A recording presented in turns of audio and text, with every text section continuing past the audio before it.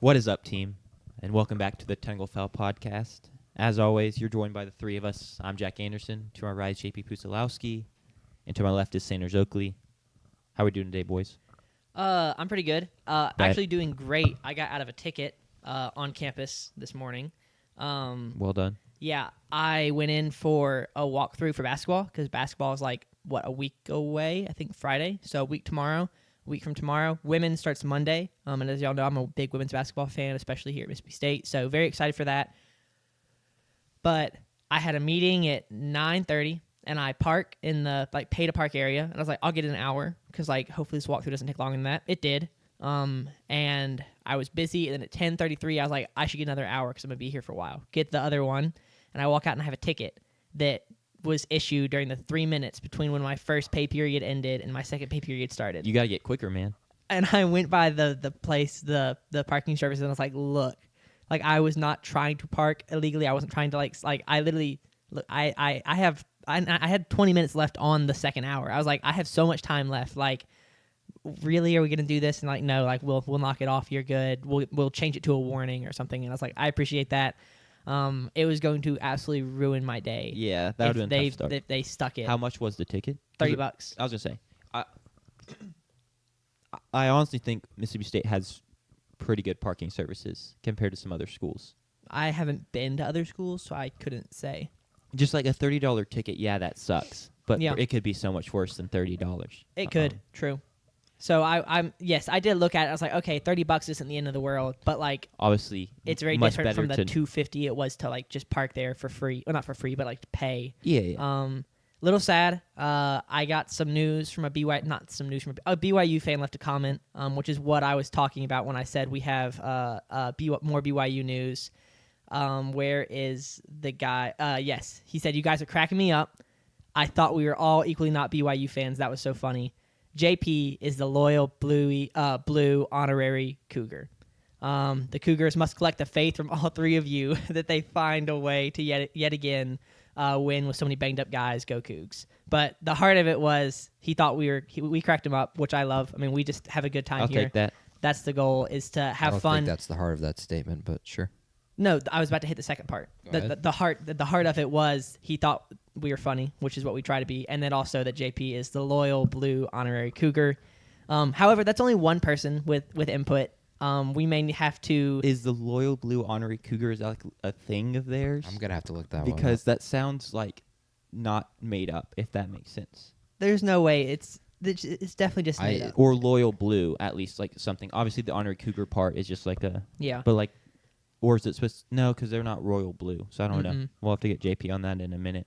Or he's looking at it right now. But that's a good comment. Yeah. So we appreciate that comment from. I'm not going to try and say that, but we do I appreciate. think it's Angela. Oh, Rasmussen. Yeah, that's probably it. Anyway, that was really, I don't know, that just made me, even though I made the argument that I'm the bigger BYU fan on our last show. She disagrees. Yeah, she disagrees. So. We may have to, once we get our BYU fan base expands, we may have to make a poll and have people vote.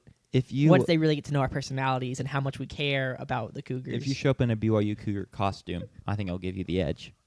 I'll do it. Okay, that's the It wouldn't be the stakes. first time I've dressed up as a mascot. What was the first time? Me and my siblings all went as unemployed Ole Miss mascots in high school when I was in high school. It was after they changed To a shark? after they abandoned the shark, I believe. Oh. I went as a black bear. My grandmother went on Facebook Marketplace and found I think it was a sheep costume, and then she painted it black. Okay. Fire. Which made it look like a bear. I've got photos somewhere I'll have to share. I dressed up as a black bear. My brother dressed up as Colonel Reb. She found an old Santa costume, so she got the beard from the Santa costume. She's very crafty. She helped us build that wall in the background. I don't know if that helps your brother with any sort of racist allegations, but I'm sure he's surviving. Yeah, no, he's good. He's good. And he was 11 at the time, and we were just I don't know. put on this costume. Does and not then matter. You my gotta little watch out these days. my little brother was wearing a shark costume, and he wore a bonnet and had a pacifier in his mouth, so he was a baby shark. And then we walked around. We had cardboard signs that were unemployed, looking for work. That's pretty good. It was a hit on campus because we went the campus-wide trick or treat, and they thought it was so funny. So, yes, would not be the first time I've dressed up as a mascot.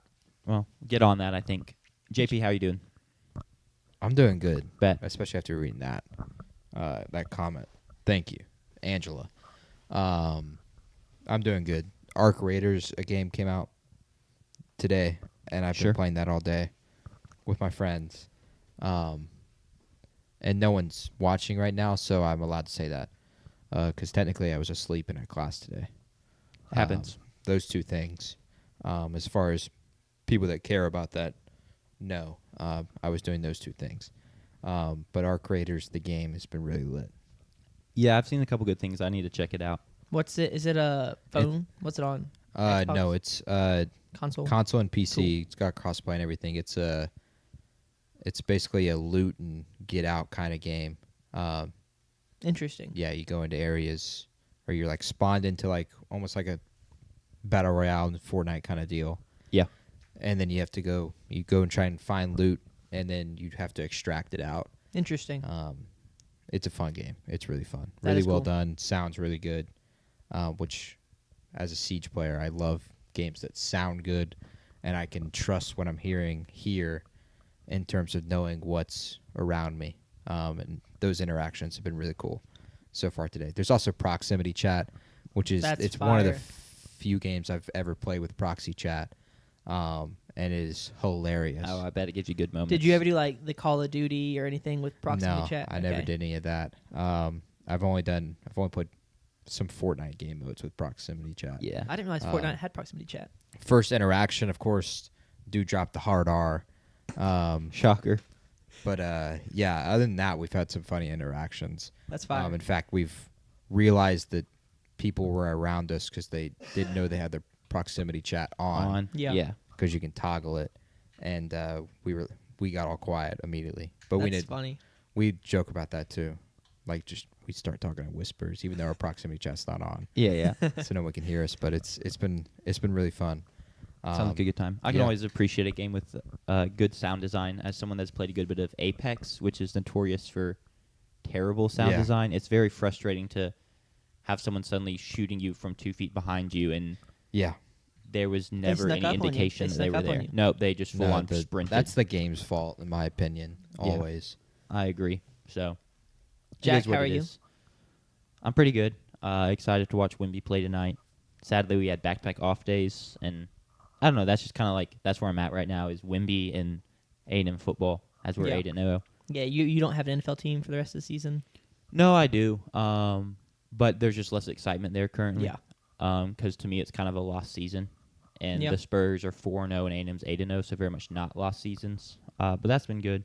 I'm gonna need you to do. I'm gonna need you to do like a preseason and postseason like expectations versus performance, because I feel like coming in the Commanders were kind of high up on expectations, Yeah. and Aggies probably not as much. I think I had them in about the same boat. Okay. I had the Commanders winning their division, so I probably had them a little higher than A&M. But I said I would be.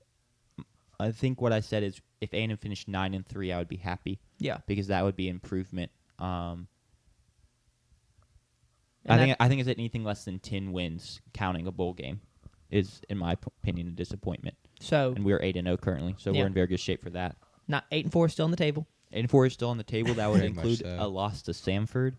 So I really hope that doesn't happen. Crazier things have Um, happened. Crazier Ask things have Florida happened. about that. Yeah, True.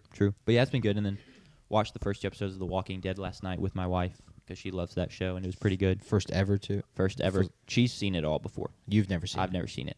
Oh, Crazy. you're gonna love it.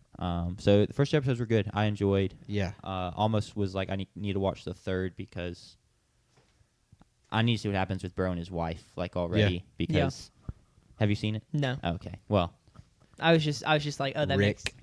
yeah. I also love which Lucy talked about this. It's based on a comic book, so all the names are like very much like comic book names. It's Yeah. like Yeah. Rick and Bill and Lori. Laura. Like I don't know.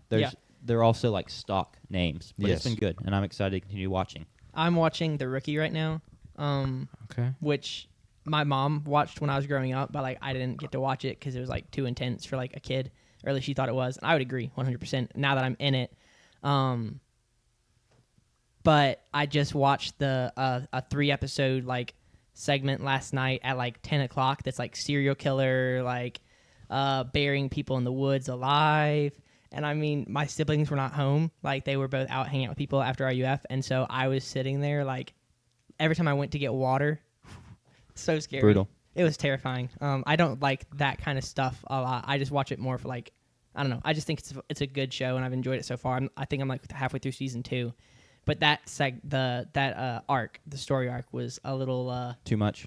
It wasn't... Yeah, it was close to too much. It towed the line. Yeah. Well, before we get Made to it football, through. we might as well round out the trifecta. What are you watching currently, JP? Anything? We're watching the newest season of Nobody Wants This. Okay, so me and Lucy are halfway through, and we have, I think, put on indefinite hiatus. The first or the second season? Second season. Let's see. What just happened in the last episode I watched? They went to some person's, like, naming ceremony is where we got to. Okay, if so you, I'm if you're not there or on not. an episode before that, I would assume. The last thing that happened, it was Valentine's Day was the last Yes, episode okay. we watched. Gotcha. Does it get bad? I love the first season. The second season currently, and I think we'll get around to finishing it, but they're just, it seems like a lot of fluff. Like, there's not really a ton of meat, not really a ton of driving forces, and especially Lucy does not handle secondhand embarrassment very well, and that's been really the main reason we have stopped watching, is because it is a show chock full of that. Fair. That is very fair. But that's what I'm watching right now. I don't Valid. have big opinions on it. I enjoy it. Yeah, it's solid. I good to really have enjoyed on the the first TV. season. Second season is taking a step down so far, but I guess other than that, I've been watching the World Series. Yeah. go Blue Jays. And that's Go Blue hours Jays. and hours of cinema right there. It so has been. I've Yeah. watched 6 games now, so 5. 6. Yes, you bring a Yeah, good point. yeah. In terms of inning count, it's been 6. Correct. Well, shall we get into our previews? And before we get into our previews, shall we reveal the people's poll? Excuse me. Yeah, we'll get right into it. We're about to walk through the People's Poll, which is something that we vote in every week. We have listeners and friends and family that vote in it. It's super easy. It's T25sports.com, the website that I built from scratch, which is really fun. But we'll just dive right in as soon as I pull it up on there's my other screen. Perfect. Number 1 remains unchanged. We do have a lot of movement in, like, the way the first place votes were spread out, so it's a lot narrower. Ohio State's only 1 spot ahead of Indiana right now. Last week, I think they had 7 first place votes to Indiana's 2, and those were the only 2 teams to receive first place votes. This week, we've got 3 teams receiving first place votes: Ohio State, Indiana, and yes, Jack, your Texas A&M Aggies. Gig 'em. It was not you that voted for them. We'll get to that. But yeah, Ohio State is 1 point ahead of Indiana. Last week, they were 3. So the gap is narrowing just a little bit. I mean, it's really tight up there at the top. Alabama at 4. So the top, oh my word. Holy crap. The top 11 remain unchanged. So, that's, consistency from our voters, which I respect. Nobody loses, and so everyone stays where they are, which is great. I don't have a whole lot of problem with that. So I'm not going to walk through there. I'll just jump straight to the lower teams. You got BYU at 12, UVA at 13, Notre Dame at 14. All those teams move up 2. Cincinnati makes a big jump, +4 to 15. Louisville and Tennessee move up to 16 and 17. Missouri, after losing on the road at Vanderbilt, drops down to 18. Texas, after their incredible comeback win over Mississippi State, jumps up 3 to 19. Oklahoma drops 8 to 20, and then 3 previously unranked teams jump in: Houston at 21, James Madison at 22, Memphis at 23, USC to 24 from 25, and then Iowa, another unranked team, jumps in to 25. Breakdown of some of the conferences and other notable tidbits. We had 6 voters this week, so not as many as last week, but still a good number. And the more we have, the more interesting it is to look at all the ballots that we get. 19 teams appeared on every ballot. There were 4 teams that appeared on 5 of the 6 ballots. Those teams were Missouri, Texas, Oklahoma, and James Madison. The Missouri, that was JP that left them off. So JP was the person who had them 1 short of a perfect ballot. Yep. Texas and Oklahoma was the same culprit. It was Steel Boy voter. He didn't include either of those teams, so maybe he's just a new age SEC hater. He doesn't like the new SEC teams. Who knows? We have known him to vote with bias in the past. He's Jack's brother-in-law, so I say this jokingly. But we have known him to. I assume he ranked Iowa this week. He probably has did to rank have. Iowa. Given the, I'm sure he did. He probably ranked him last week, honestly. I believe he did, which is why I say he had to have ranked him this week. But yeah, so they Texas and Oklahoma both are not on every ballot, and then I did not rank James Madison, so that is on me. I robbed them of a perfect ballot, and I do apologize. To, No, you don't. No, I don't. I really don't feel too bad. Hating on my Dukes, man. Yep, sorry. Conference breakdown. AAC has 1 team, same as last week. ACC and Big 12 both have 4, which is also the same. Big 10's at 5, the same. The place we get the change up is we lose an SEC team and we add a Sun Belt team, which I believe is the first time in a long time that we've had a new conference make an appearance besides the AAC, ACC, Big 10, Big 12, SEC, and Independent. So I think that's our first G5 team not in the AAC to be ranked in the top 25. So shout out James Madison for making that jump. Surely we've not had a Mountain West team ranked at any point. Unless we had Boise State ranked to start the year. Maybe I didn't do the conference breakdowns at the very beginning. Well, yeah, I mean, you don't have to go. I trust your research. No. Well, that I didn't surprised research that. That was just kind of off the top Oh, of my head. gotcha. So I'm going to double check it because it takes 2 seconds. Week 1, I'll guarantee Boise State was ranked. not week 1. They were third in receiving votes. Yeah. We're not ranked week 1. They lost week and one. they so lost week 1 to USF. Is that right? Yeah. Yeah, so I do think that I am correct. That is our only second G5 conference to be represented, and that's their first week to be represented. So the AAC has company now after having lots of teams garnering interest, Memphis, and I'm just going to draw a blank on all of the teams that we've had receive votes. USF, USF, thank North you. Texas, North Texas has had Navy. a vote. Navy getting these votes now. So lots of AAC interest, and now the Sun Belt throwing their name in the hat. Anything of note from the ballots, guys, that y'all would like to call out or mention? I wish JMU had a perfect ballot, man. It's tough out there. Yeah, I don't. That's crazy. What's his face bit? Like, we're trying to find the guy who did this. And he's wearing the hot dog Yeah. costume. Yeah, that's close enough to what it is. Yeah.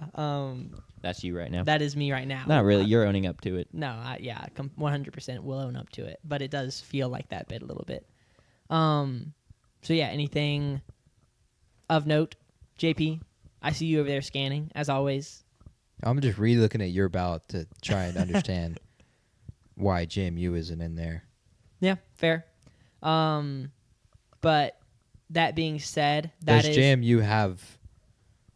let me rephrase this. Does Missouri have a better resume than JMU? I mean, I could argue that they have a very comparable resume to Notre Dame's, and that's you weighing their 2 losses. But you're not a loss resume where? No, I'm not. I'm just a saying. win is a win is a 'Cause win. if you were, then Bama would be like 17. True. That being said, are we ready to move on to other material we're going to cover today? Yeah, I guess so. If we have to. If we have to. Sanders and JP's Mississippi State Bulldogs make the trek to Fayetteville following a heartbreaking loss at home. They're going to have to look to right the ship against Bobby P. and that great Arkansas offense led by Taylon Green. And since Arkansas is at home and since their offense is so great, they are favored by 4.5 points in the afternoon slot. Y'all's thoughts on this game? Well, they're only favored. Are you trying to say that they should be favored by more? No. Okay. What did I say? Only favored by 4.5? Yes. I think so, And you yeah. also said it in a tone of phrase that said that with their amazing offense, they should be favored by 25 or something. No, Not by I think 25, but I was like trying to say it kind of by 7 or 8 in points. jest of being like their offense is so great and yet they don't win. So that's why they're only favored by 4.5. Hey, Tennessee's offense is great and they win. True. Their defense has at least a pulse. Arkansas's defense I don't know. is dead on arrival. I'm going to make an interesting debate Okay. later. Oh boy. I'm stopping you. We're going into this weekend. Would you rather play Arkansas's defense or Tennessee's defense? Arkansas's. You would rather play Arkansas's defense? Where's the game? National Like, championship. Neutral field. let's just say neutral field. Yeah, I'd rather play Tennessee in their defense again. but not just you'd rather play Tennessee as a whole unit. Okay, so let me ask this in a different way to try and flesh out the answer. Would you rather Mississippi State have Arkansas's defense or have Tennessee's defensive unit? I would rather have Tennessee's defensive unit. Okay. Yeah. So you'd Cool. rather play Arkansas's defensive unit. No, I would rather play Tennessee's defensive unit again. Because you've seen them before and you know Yes. how it's going to go. And what is not being spoke of enough, which Levy mentioned in his press conference, since Petrino's taken over, they've completely changed the way that they play defense. They're in a completely different system. He's taken over that side of the ball, and they've changed that entirely. So for 3 games, we've only had 3 games of tape of Petrino's defense. Now, albeit in those 3 games, It's still not gone very not well. for Arkansas. They've given up 34 to Tennessee, 45 to A&M, and 33 to Jackson Arnold. Albeit, a lot of those 33 points were because of Taylor Green turning the ball over last week, which brings me to my first key to the game. Taylor Green, please don't cook us too bad. I've been high on Taylor Green all season and still obviously am. He is superb. And I should use way better and way more adjectives to describe him. But I would just let his stuff do the talking. Go watch him play. He's a freak. Watch his highlights. Don't watch his lowlights. He has some pretty bad lowlights. Don't we all? I mean, you know. His are pretty special lowlights as well. Yes, they are very special. Obviously, like state X's and O's wise, we're gonna have to be really good in the spy game, which of course is way easier said than done. But I'll say against Sam Levitt, we were really good in the spy game. Levitt didn't really get anything going running the football, and when he did, we hit that dude. We hit him hard. So if we're gonna do that again against Taylor Green, I think that'll give us a chance. Maybe later on in the game, Green is a little worn down. They've had to use him essentially as the engine to the entire team all season, and he's had to continuously go out there and gunsling. And so maybe he eventually hits a wall, and he eventually has a really poor performance, like overall, even statistically. Because even last week he was fine statistically.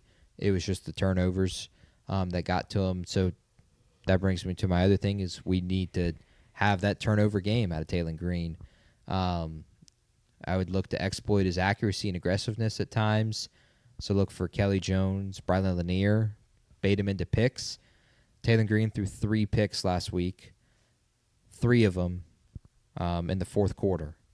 3rd and 6, they were leading in this game at this time, I believe by 4 in the fourth quarter, 9 minutes left. That's correct. Bad read on a stick route at the sticks, meaning at the 10 yards past the line of scrimmage where the first down is. He doesn't recognize that they're in zone coverage. He thinks he's got free space to the stick route, throws it to the outside of the receiver. He's baited into a pick. It's a pick 6 is what it ends up turning into. Next drive, 1st and 10, 4 minutes, 30 seconds left, and the fourth as well. They run, I don't know what happened here, so maybe Jackson or Cromie needs to go back and watch this play and then tell me that Petrino cooks offensively because he runs 2 receivers into the exact same spot. And Taylor Green Defenses never has see it coming. they run a corner route into a go route, and the go route doesn't get up the field quick enough, which maybe you throw down the receiver. I don't know. But the corner route is open. It's wide open. But the go route is behind the corner route, so he's throwing to the corner route, and the go route DB just jumps in front of it, picks it off. DB does a great job of keeping the eyes on the quarterback. Easy interception. And then the last pick is at the end of the game. They're down by 9. He just overthrows a post route, and the safety just waits on it, just falls into his lap. Will we get him into a script like that? It remains to be determined, but he can clearly make mistakes in games, and we're going to need him to make mistakes. State needs to force a turnover. Something we've excelled at doing all year. Yes, absolutely. We did it last week as well in a critical moment against Arch. The that gave us the lead 17-14 at that time.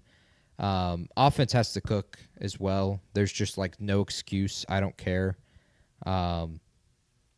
We were great last week. We didn't capitalize against Florida. We were great against Tennessee and didn't capitalize on the key moments. It does not matter what moment it is. This offense has to cook. Arkansas has given up 40 points per game against Power 4 teams plus Memphis, which is essentially a Power 4 team because they're a top 25 team. So we got to score. I don't care. Even Petrino. Petrino's given up, like I said, points to A&M, Tennessee, and then last week to Jackson Arnold and Auburn. So offense has to continue to cook and score, which maybe a guy like Fluff Bothwell returning can help a ton. Yep. He's 50-50. The way Levy talked in his press conference to start the week, I'd be surprised if he plays on Saturday. But then again, he tried to warm up this past Saturday. Sure. He came out in pads after the warm up too. He looked good. The only thing you could tell was once he was done running full speed, he was feeling a little limber there. And so there was concern, which Levy addressed. How confident do we feel that he's not going to hurt himself again if he goes in between the tackles and he's within, Sure. with a lot of legs and tripping and all of that around him? Anything can really go wrong, but that could go wrong for anybody in any spot. Agreed. We hope to have Fluff in this game. Reese, though, is back on the injury report, which is a concern. Not having our right tackle, who's been fine for us this year, but having offensive line in front of Shapen in general, I have mentioned many times, helps him a ton. Arkansas's lost 6 in a row. State's lost 4 in a row. Both teams are 0-4 in the SEC. Something's got to give. Someone has to win the game between the Jets and Dolphins.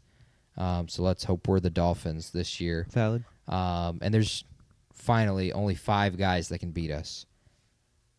Which, great burger company, by the way. Please sponsor us, 5 guys. Taylor Green, Malik Washington, Omega Blake, and can you guys guess the other 2? I would love to take a guess. Jeff Levy. Oh, wow. Is he on the list? Yes. I made it too easy, I guess. You did. Yeah. I mean, when you say 5 guys that could beat us, I know there ain't 5 on Arkansas's team, so 2 of them are on ours. I was not going to go Jeff Levy, but I that's a good appreciate call. that. My mind didn't go there. The 5th guy. It's a state guy? Yes. Is Is it Blake Shapen? It's Blake Okay. Shapen. Yeah. See, I didn't think he'd go there as a Blake Shapen defender. I No, thought, there are only 5 guys that can beat us, yes. sure. Levy, Shapen, and then the big 3 for Arkansas, which is literally their big 3 and their only 3 weapons, Taylor Green, Malik Washington, and Omega Blake, receiver, running back, and quarterback, have been good enough to score points with every SEC team that they've played, just not good enough to score enough Sure. points. But those are kind of the keys. Turn Taylor Green over. Obviously, State's been great in that. We could hope to continue doing that. Score points. It's going to be a shootout.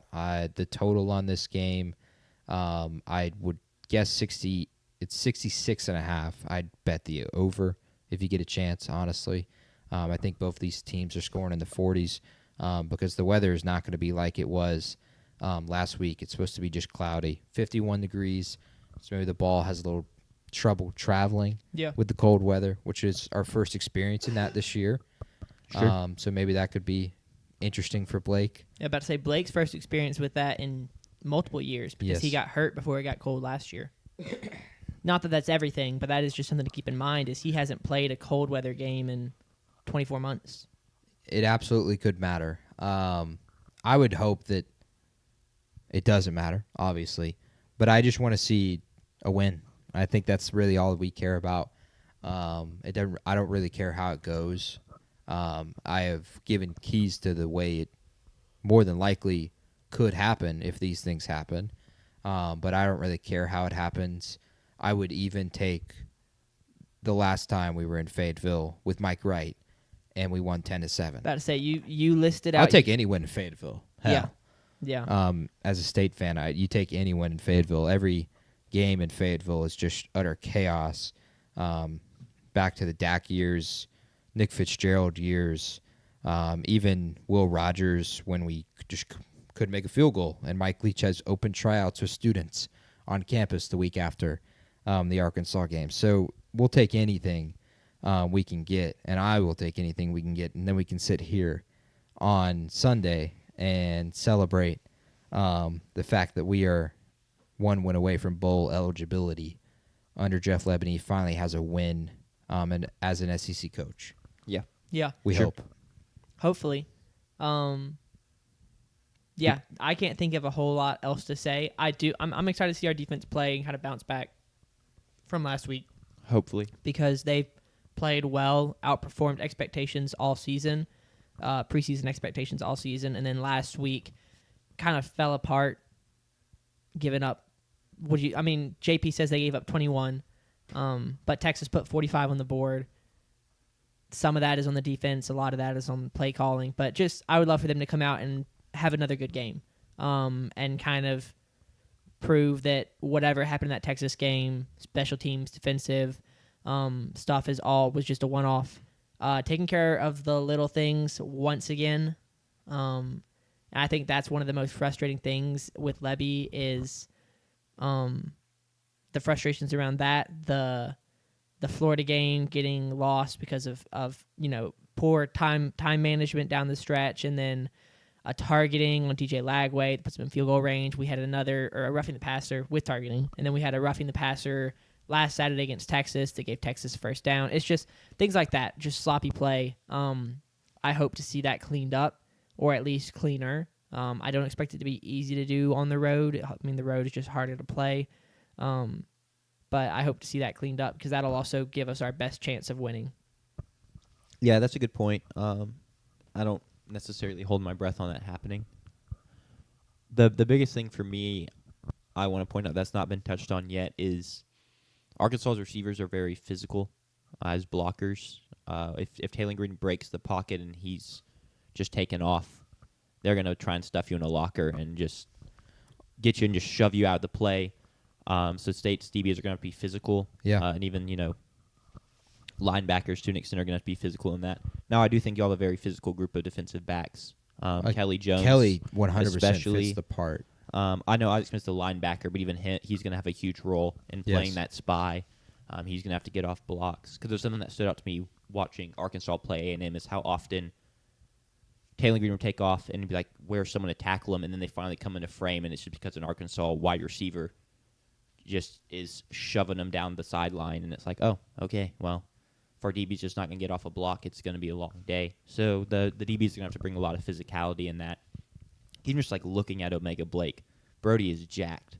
And he is a bit of a psycho as well. So if he gets his hands on a DB, I don't love the DB's odds of breaking away from that. So just something to look out for, because then those Taylor Green runs go from 15 yards to 40 like they did in the A&M game.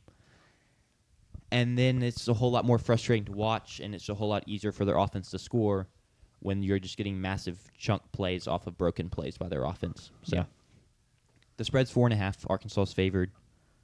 Y'all's pick? I know what y'all's pick is probably going to be, but Absolutely. give it to us. I'm going to pick State to cover and to win, as always. I don't think I haven't picked against them yet, I don't think. So I will continue to not do that. Sure. I guess I can pick next. I said as much on Sunday's show. I'm not going to pick this team to win a game until they go win a game and prove me wrong, and then I'll be happily proved wrong. And I think I'm going to extend this to covers as well at this point, even though the State's been great at covering. They're about to say they're 7-1 against the spread. I know they're 7-1 against the spread, but not that it matters at all. They have no idea who I am, but I want them to go prove me wrong yet again. So I'm going to take Arkansas to cover here. Let's make sure Sanders continues to pick first today. Sure. I'm going to pick, of course, Mississippi State to win and cover. Yeah. Not really an issue or problem in doing that. I think we'll outscore Arkansas, which is all you need to do to win and cover. It's going to be a nightmare to watch Taylor Green run around like that, but I'm going to celebrate it because I'm a Taylor Green guy. And I think Lebby gets his first win and gets to 1-12 as an SEC coach. there's just something about it. If you go look at our schedule on ESPN on a desktop, 4 W's in a row, 4 losses in a row. Something just screams 4 wins in a row. Wow. Okay. States might be 8-4 here in 5 weeks. Right in the heart of playoff at large discussion. Are y'all? No, Have you already had your second bye, or y'all bye after this? we have a bye Right before the Egg Bowl. before the Egg Bowl. Wow. Okay. Yeah, it's Interesting. weird. Is that Weird layout. seems late? We but play on Friday. We normally Gotcha. would have that, or we would play. You'd play like an Sure. FCS school or a really weak Conference USA school. Yeah. The Valid. week before, if Yeah. it was on Thanksgiving. I know we just picked one other thing that I will be interested to watch is Brennan Thompson and Blake Shapen. It felt like they were not on the same page for a lot of the loss against Texas. That slant route in overtime that probably would have been a touchdown. Blake misses behind him. I think plays before and after that. Honestly, the entire game, Brennan's coming back from go routes just visibly frustrated. And yeah, did you not notice? I don't see that personally. And I understand what you're saying. And I've seen that once this year. I've watched it as much as I could. The A&M game, the one that Shapen has him wide open, and he gets it tipped from behind, and ends up being a pick. I don't know if I would characterize it as visible frustration. I understand you feel that way. And I also think that's backed on the fact that he doesn't feel that way either. He's straight up came out and said that he is unbelievably thankful for this year, thankful for Jeff Lebby. He's producing at a level that is going to give him a chance to be an NFL draft pick. Yeah. There's like no question about that. And the games that he's been in, he's been talked about so much because he is our best weapon. And not to like just make a big list of everything he has grateful to be about being here in Starkville, but I don't think I've seen necessarily visible frustration. The slant route, I don't know if it's not being on the same page either. It's just Blake Shapen just missed. Yeah, there were other times where they were not on the same page, where Brennan Thompson is open on go routes and Blake does not hit him. I do think there is some frustration from Brennan, but it's not necessarily like an at Shapen thing. It's just like, Man, we missed one. yeah, man, we missed one. I'm like, I don't know. I miss an open 3. It's like, dang, I missed one. I missed a shot at angle ball. It's like, I'm just going to be frustrated because we missed one. I'm not necessarily, I guess that's our solo explanations. But it just like, yeah, if you are open for an angle ball shot and someone else is covered and you call for the ball and they don't pass it to you, you might be frustrated with them. maybe some, but like people make mistakes. I make mistakes. It's like, yeah, I'm going to be frustrated we didn't get it, but it's nothing personal about them. I'm ready to go down the field the next time, and I still expect them to make the right play. And I don't think it's if he was going to get frustrated, he would get frustrated over one thing: lack of targets, and he's not there whatsoever. He has less catches than Anthony Evans, 12 less, but he's getting deep targets down the field in almost every single game. Are they hitting on every one of them? No, but I've addressed with Tucker before, you're not going to hit on 100% of your deep shots. Like, that's just impossible. You're eventually going to slow down in that category. I think, and it's also, you can't look for that every single time, because when you miss a deep shot down the field, you gain no yards. Shapen, when times he is not going for that, he's taking a check down. He's taking a different completion, and that's gaining 4 to 5 yards, and so it's still a net positive. Yeah. I understand though that I think I wouldn't characterize it as frustration, because I've looked for that every single time that Brennan has ran deep down the field. I've looked for that, because that is I want to see that in terms of like what the character of this locker room is, and I haven't seen that all season. At least I he's just not- don't feel that. At least he's on the sideline reading a book or something. Yeah. I do think this is a game, if he was going to get frustrated, it could be this, because there's no reason for him to have to not have multiple chunk plays in this game and beat multiple DBs over the top. That should be there all day against this Arkansas And defense. what's the reason that receivers have left us in the transfer portal in the few seasons priors? It's been because they've been divas and they've been wanting the ball more. I think of Ra Thomas specifically. or Xavier Thomas. Xavier Both of the Thomas is Thomases, the better. they want the ball more. They feel like they are these kinds of weapons. I think Brandon Thompson is the opposite from a character perspective. Obviously, in the case of Robert Thomas, where I would hope he's the opposite. Yeah. and then even in Xavier Thomas's case, I think he's just in the complete opposite character perspective, and Yeah. I just haven't necessarily seen poor character out of him. Yeah. He has said he wants to win. True. So He does want to. Everybody does. Everyone wants to win. yeah, I would say as you should. Last thing is a cautionary tale to never use AI overview for your college football stats. I just lie to you or lie to Well, somebody. I didn't use it. I tweeted out our injury report like I try to do every Wednesday night because like I didn't know where to find it at first, and so I share it so that our people who couldn't find it know where it is. And then someone who was trying to make so Fluff is listed as probable, which I hope he plays. Someone commented a screenshot of AI overview trying to make the point that like, oh, Arkansas's defense is bad. Fluff is going to run all over them. It lists Arkansas's run defense as 44th nationally, allowing 140 rushing yards a game, and 33rd, allowing 3.8 yards per carry. And I was just like, that's just a lie. not right. And so Yeah. I went to teamrankings.com, the one we all use. It's green. I don't know. Anyway, and I shared the screenshot, and I was like, you know, I appreciate it. I do think Fluff is going to dominate, but don't use AI overview for stats because actually the reality is the team is I think in the 120s in both. Yes, Um, they're terrible. Yeah, they're defensively. 123rd in yards per carry and 128 in rush yards per game. Yeah, they're not good. Not top 50. I don't really expect Fluff to dominate though, just because I think even if he comes back, it's going to be majority Booth carries, and Yeah. I've seen it so much with Le'Veon Moss these past couple years. That's really taught me how much getting in a rhythm and being in a groove matters as a running back. Even like think Cedric Baxter comes back last week and just looks honestly pretty terrible against Mississippi State. Yeah. And I know he's a better running And we back can't than stop that. the run, apparently. He's just not at all in the flow of the offense. So maybe, I mean, I obviously could be wrong. Maybe Arkansas's defense is just that bad, but game flow and just comfortability matters so much for a running back.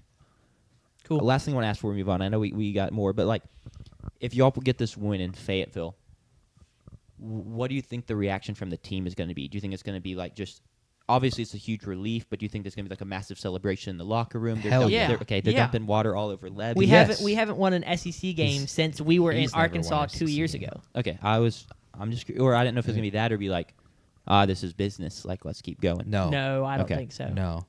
Because it's just pent up emotion of 4 weeks. They Not might, even 4 weeks. It's or 5 weeks. 2 years. Sure, but I think in terms of we've been on a losing streak for Yeah, 4 weeks. I yeah. think Levy thinks of this team as a completely different team to last year's team. He doesn't compare As he should. that team to this team because they ill in comparison because it's just a completely different roster makeup and a completely different competitiveness level on the roster. But they're gonna celebrate. Yeah. They're Okay. they're gonna celebrate.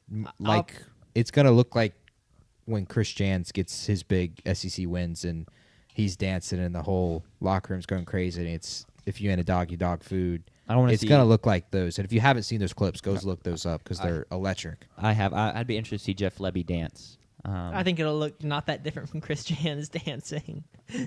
I don't know. Chris Jans can dance. I'm Maybe. just,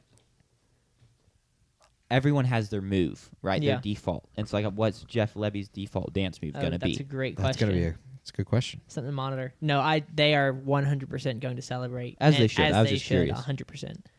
All right, we can move on now. Good segment though, boys. I hope. Real quick, Tucker's in the chat, and so so me and Tucker joined me for that Tony Vitello video. Y'all Yeah. saw we did Mhm. that. Yes. Really fun. I enjoyed it a lot, and I think he did too. We had a good time with it. And then less than 24 hours later, they announced who they were hiring.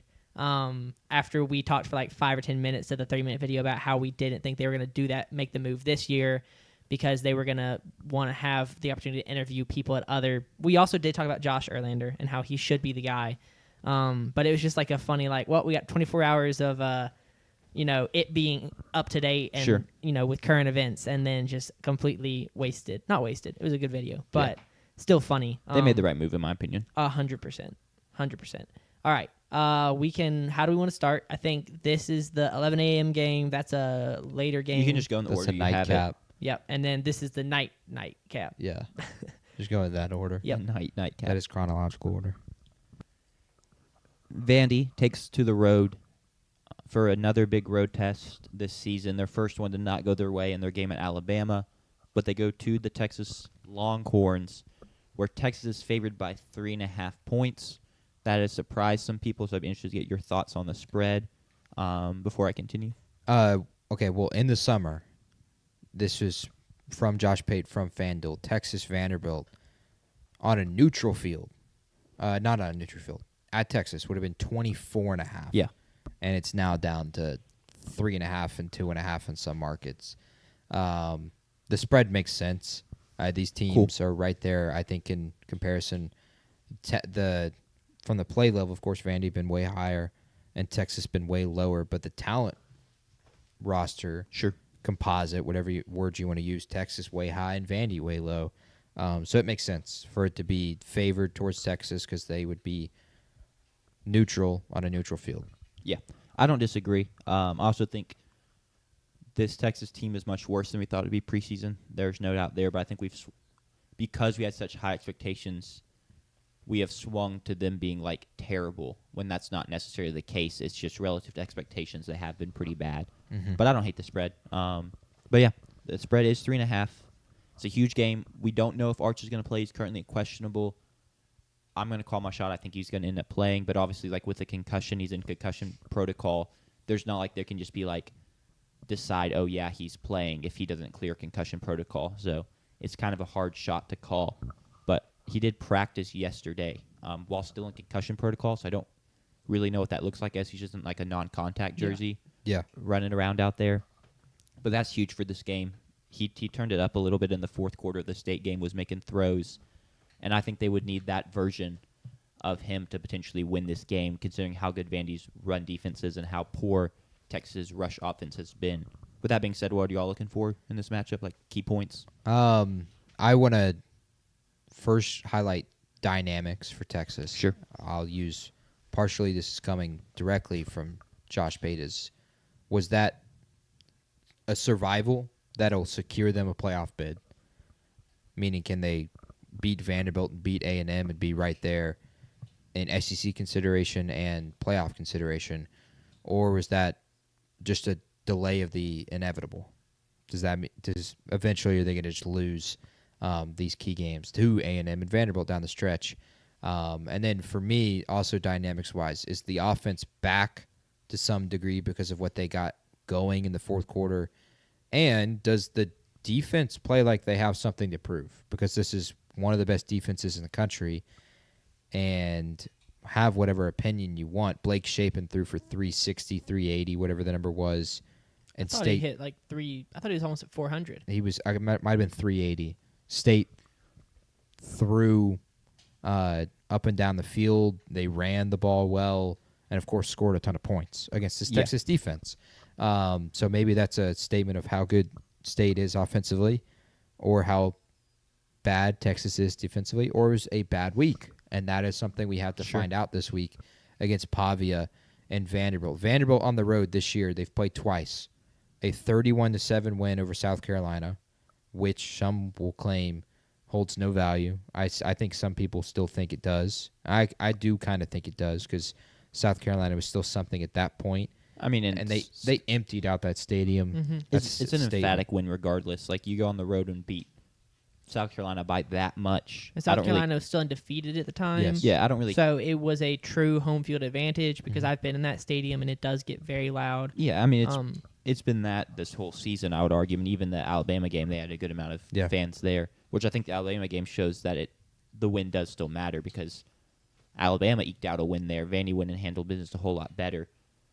It definitely looks worse than we potentially thought at the time. Yeah, but Vanderbilt's other game on the road was the 30-14 loss against Bama. So my question is, for Vandy, are they a really solid team? They're just good against bad competition, meaning LSU and Missouri are bad competition, and they won those games just because they're at home and had the ball went their way a few times, which it kind of did? Or did they just happen to lose to one of the best teams in the sport, and meaning they're like the 5th best team in the country, and they're like Oregon, who has just lost to Indiana? Does that mean that Bama is the best team in the country because Vanderbilt's the 2nd best? And again, are South Carolina, LSU, Missouri just really bad? And then it flips. Is Texas really bad? So many different questions that are going to be answered on Saturday. And none of that could be true. Like, all of those answers could be no, and they're just a really solid playoff team. They are going to have to win this game if they want to make the playoff, though. They're probably going to have to split the Tennessee game and this game. And this will be the easier of the two. I'll go ahead and say that because Rocky Top is no joke, and that'll be last game of the season. Tennessee's playoff odds are probably on the line in that game. One of the misconceptions with last week per Kirk Herbstreit was because C.J. Baxter had returned, Texas was going to be able to run the football. They did not. They really got nothing going offensively on the ground. Can they do that against Vanderbilt? That'll be kind of a question. And then for quarterback play, can Matthew Caldwell defeat the Vandy defense? Or if Arch plays, I would like to see what they got going in the 4th quarter. Obviously, because it was really effective and scored a ton of points. But specifically, they got going winning one-on-one coverage with their elite receivers. They finally went out there and played backyard football. They said, okay, we've got a 5-star quarterback. We have a 5-star receiver in Ryan Wingo. We have a 4-star in DeAndre Moore. And in the 4th quarter, they hit 5 passes, one-on-one coverage. Our receiver just outplayed, or their receiver just outplayed our receiver in States. 15 yards to Emmett Mosley, 15 yards to Ryan Wingo. The 21-yard touchdown on the switch concept to Emmett Mosley. 12 yards to DeAndre Moore, and then 14 yards to Parker Livingstone. So if Arch plays, I would like to see them go to that. Vanderbilt's obviously going to look to take that stuff away, like State did in the first 3 quarters. We didn't blitz a ton. We didn't leave a ton of one-on-one coverage. We played a ton of zone. We forced Arch to kind of sit back there. Got sacks because of that. Obviously, Texas is going to look to attack that. And that's what I want for Texas to do. And that's what Texas has to do if they're going to win this game. They're going to have to say that talent is what is riding for us offensively because we have a 5-star. We have a 4-star. We have a 5-star quarterback. Use them. And that's easier said than done, but because Vandy is giving up 215 passing yards only over the past 2 weeks to Bo Perbula and then the backup and then to Garrett Nussmeier in that offense.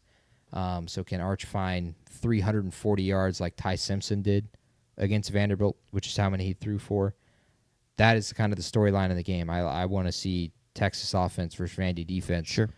Because I think Pavia is going to find a way to score 21 points against that Texas defense. And so they're going to have to score 24 themselves, Texas offense. I think something that'll be interesting to see as well is what kind of narratives we get after the game, because Vanderbilt, you kind of forget about it. They got 3 quarters without North Sellers.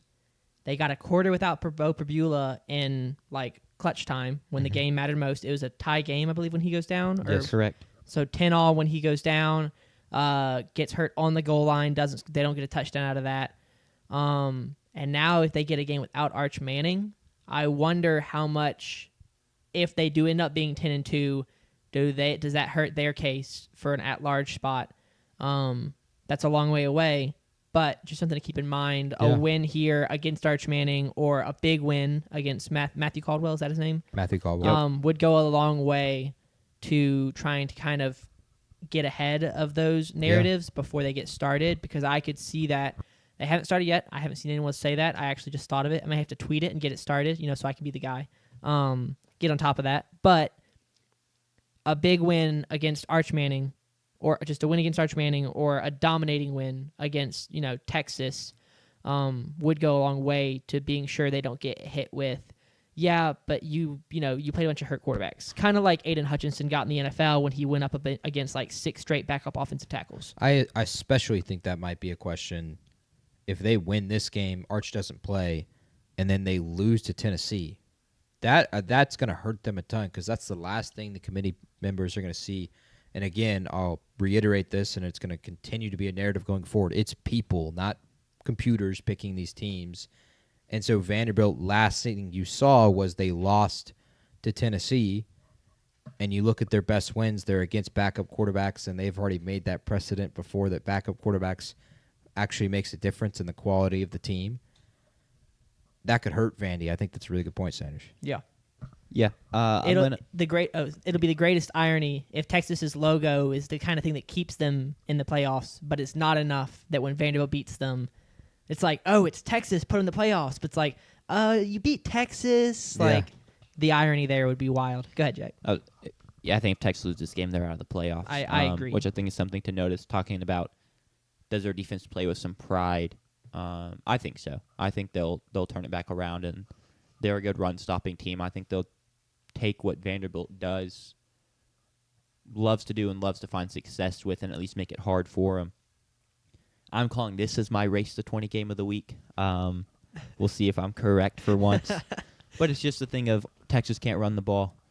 But I know Mississippi State found success, and I choose to believe it was an off week / that you just have to give credit to Mississippi State's offense. Hey, I appreciate that. Because it is a very good offense, in my opinion, and that Texas is not at all happy with how they played in Starkville, and so the defense is going to be looking to bounce back. And Diego Pavia doesn't always have the best games against good competition, and so if you put him back in the pocket and make him try and have to throw the ball to beat you, simply put, he's limited as a passer. He doesn't have the most talented arm. He can't make all the tough throws.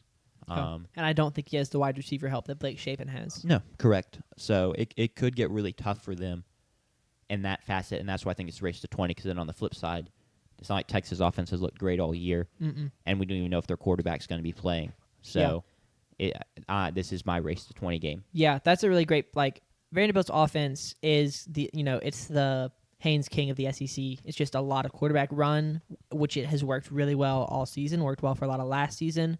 But Texas is kind of a big test for that, just because of how big they are on defensive line.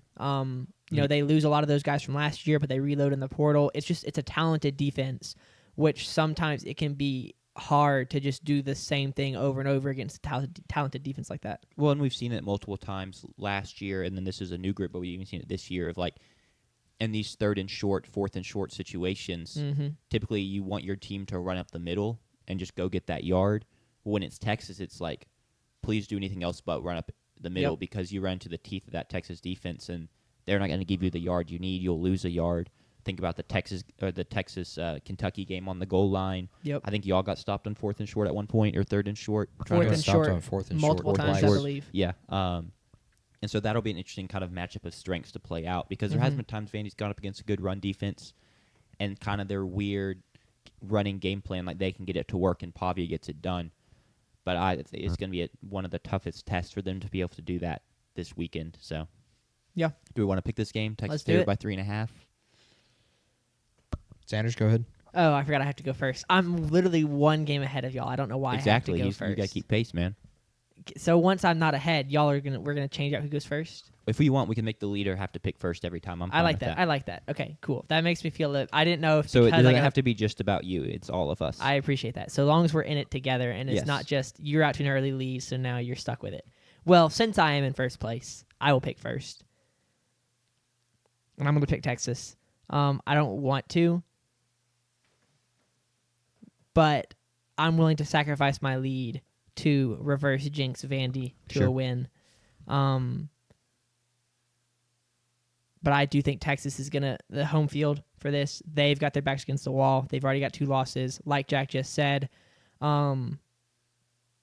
if they lose here, in all likelihood, they are eliminated from the playoffs. I will never say never. I've definitely said never. 'Cause even But that I'm not means going that- to say never in this situation. Yeah, because even that means they have to win out, and that includes the game at Georgia, and then A&M comes to town. Yeah. but they could win those games. Unlikely they could win could. those games, but They're they would most likely be eliminated from the playoffs. And so this is a must-win game. To quote Brian Regan, I don't know if y'all ever listened to him. He's a comedian. He talks about must-win games. It's actually it's a really funny bit. Someone asked after Game 4 of the World Series, "Is that a must-win game?" He's like, "Nah, we can lose tomorrow." Texas cannot lose tomorrow or Saturday. They got to win Saturday.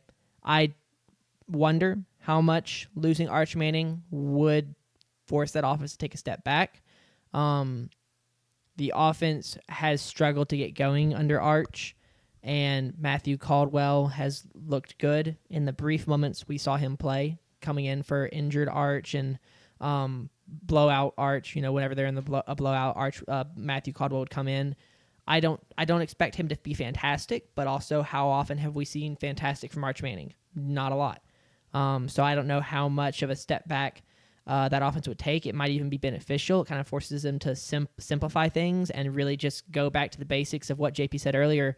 We have really talented wide receivers. Let's just let them do their thing and then just get them the ball.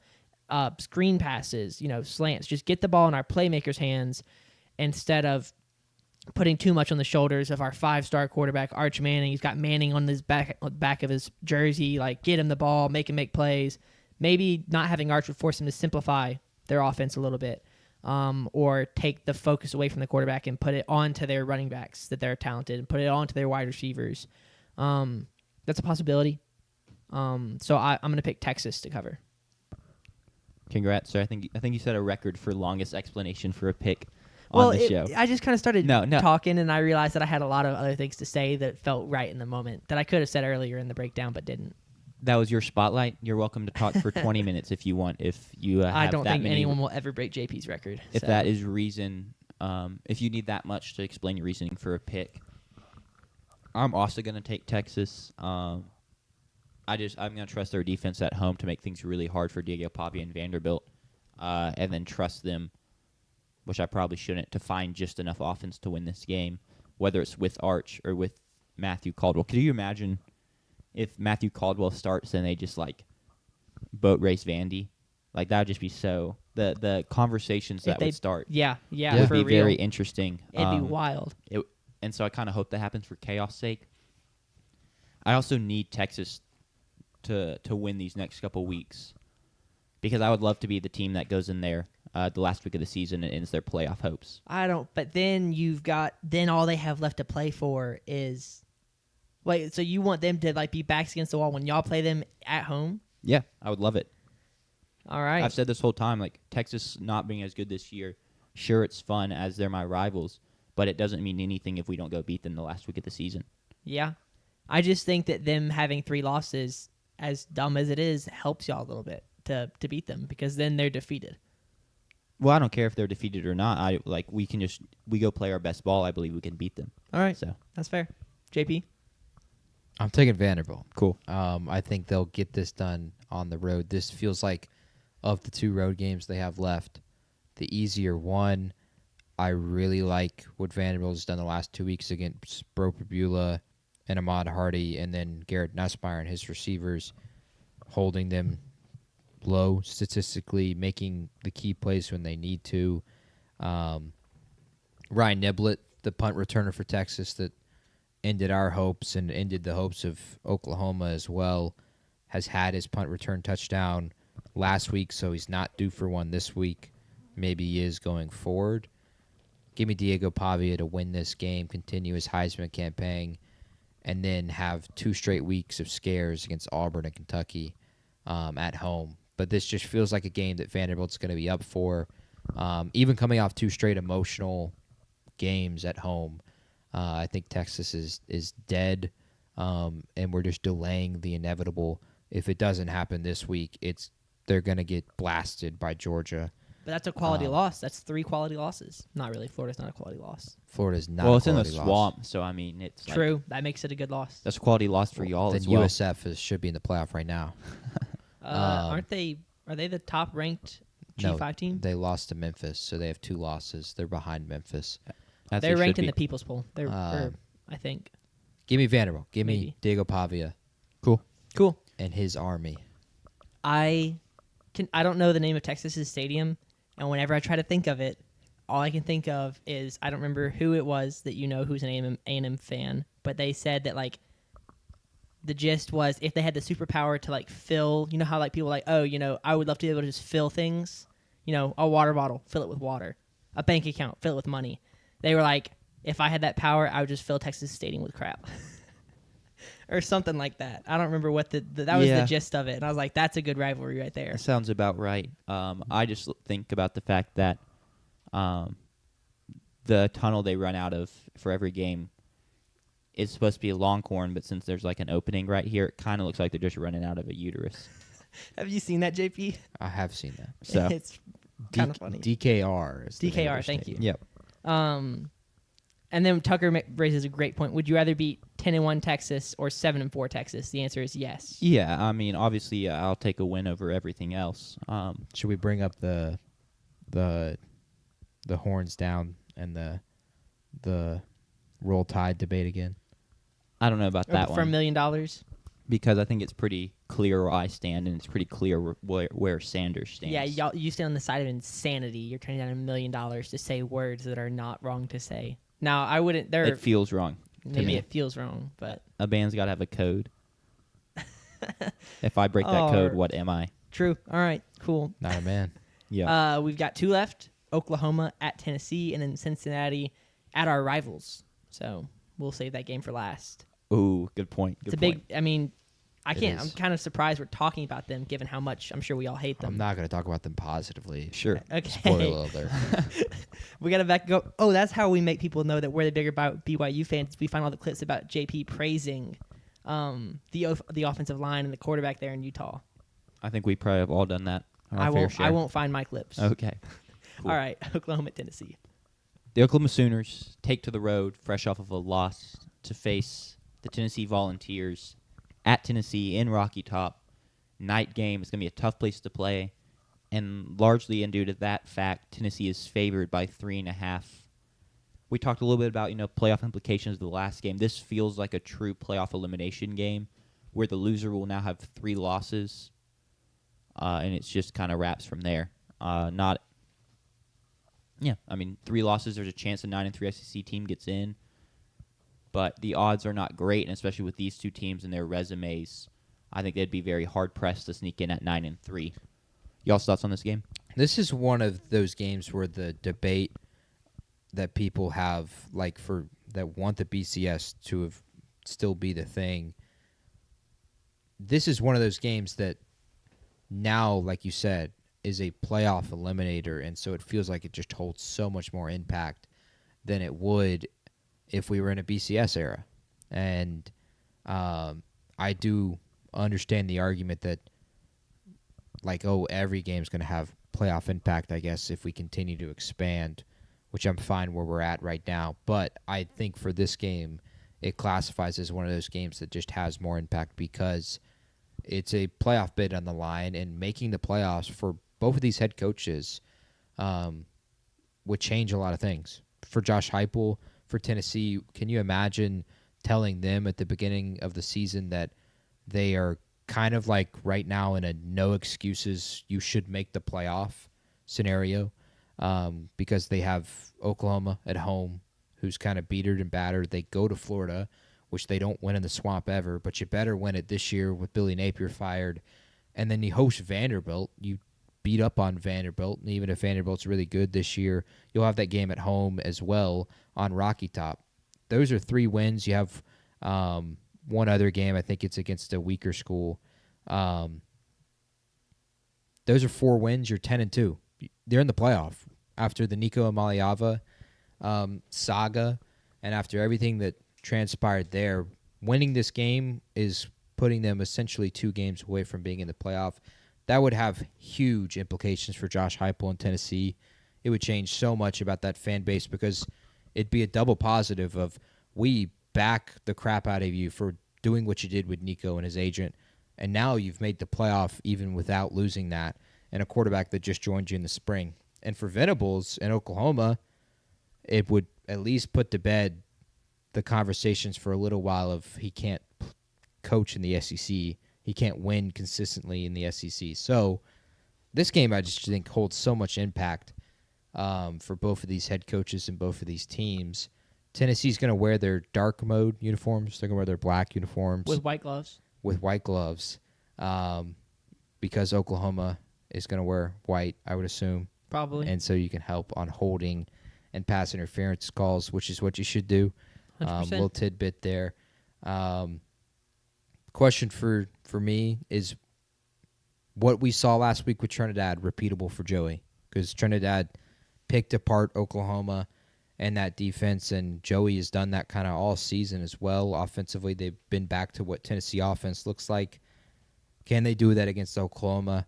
On Oklahoma's side, do they have another step or any step at all? Because Tennessee's defense is not strong, at all. They're like Arkansas's offense or defense, just a little weaker, or not a little weaker, a little stronger. They've given up less than 34 points to a Power 4 opponent just once this season. Week 1 against Syracuse.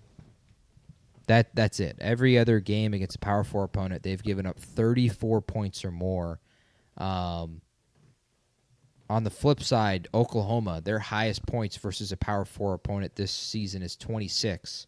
Last week against Old Piss, which we argue is a weak defense, considering Georgia scored on them 7 out of 7 times. Their other 24 points are against Michigan and Auburn, which we think are good defenses. So maybe they do have the ability to get to that ceiling of 34 points or more. Something's got to give there.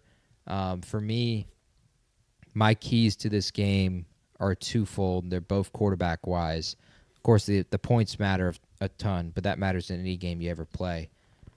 Oklahoma has to use Mateer's legs because, like we said, this is a playoff eliminator. It does not matter if he gets hurt now. Nothing matters about his health going forward. This is it. The season is over if you lose. Throw out everything you can. Use them as much as you want. It's a playoff game is what it is. It should be and played in the same like way baseball teams approach, I guess we got to pitch to tomorrow's starter because this is a must-win game. These are all must-win games for Oklahoma and Tennessee. There's no reason to protect them from injury, and Tennessee has not done well against quarterbacks that are like John Mateer. Taylon Green had 100 yards. Excuse me. He had 100 yards against Tennessee on the ground if you take out his sacks on just 12 carries. And Gunnar Stockton had 9 for 66 yards and a touchdown if you take out his sacks as well. On the other side for Aguilar, Joey, throw picks or not throw picks. That is the story for them. And they're 2 of their 3 should have been losses. 2 of them were. 2 against Georgia, they lost 44-41. 2 against the Bulldogs, the other Bulldogs, State. They won in overtime 38-31. And then 1 against Bama. Just 1, but it was a pretty damn important one at the end of the first half. Ends up being a pick 6. It goes from a 2-point game all of a sudden to a 9-point game. And this game looks out of reach when it was actually a lot closer than you might think. Offense for Tennessee is going to have to carry them the rest of the way because at this point in the season, 8 games through, you are who you are. Your defense ain't getting any better anytime soon.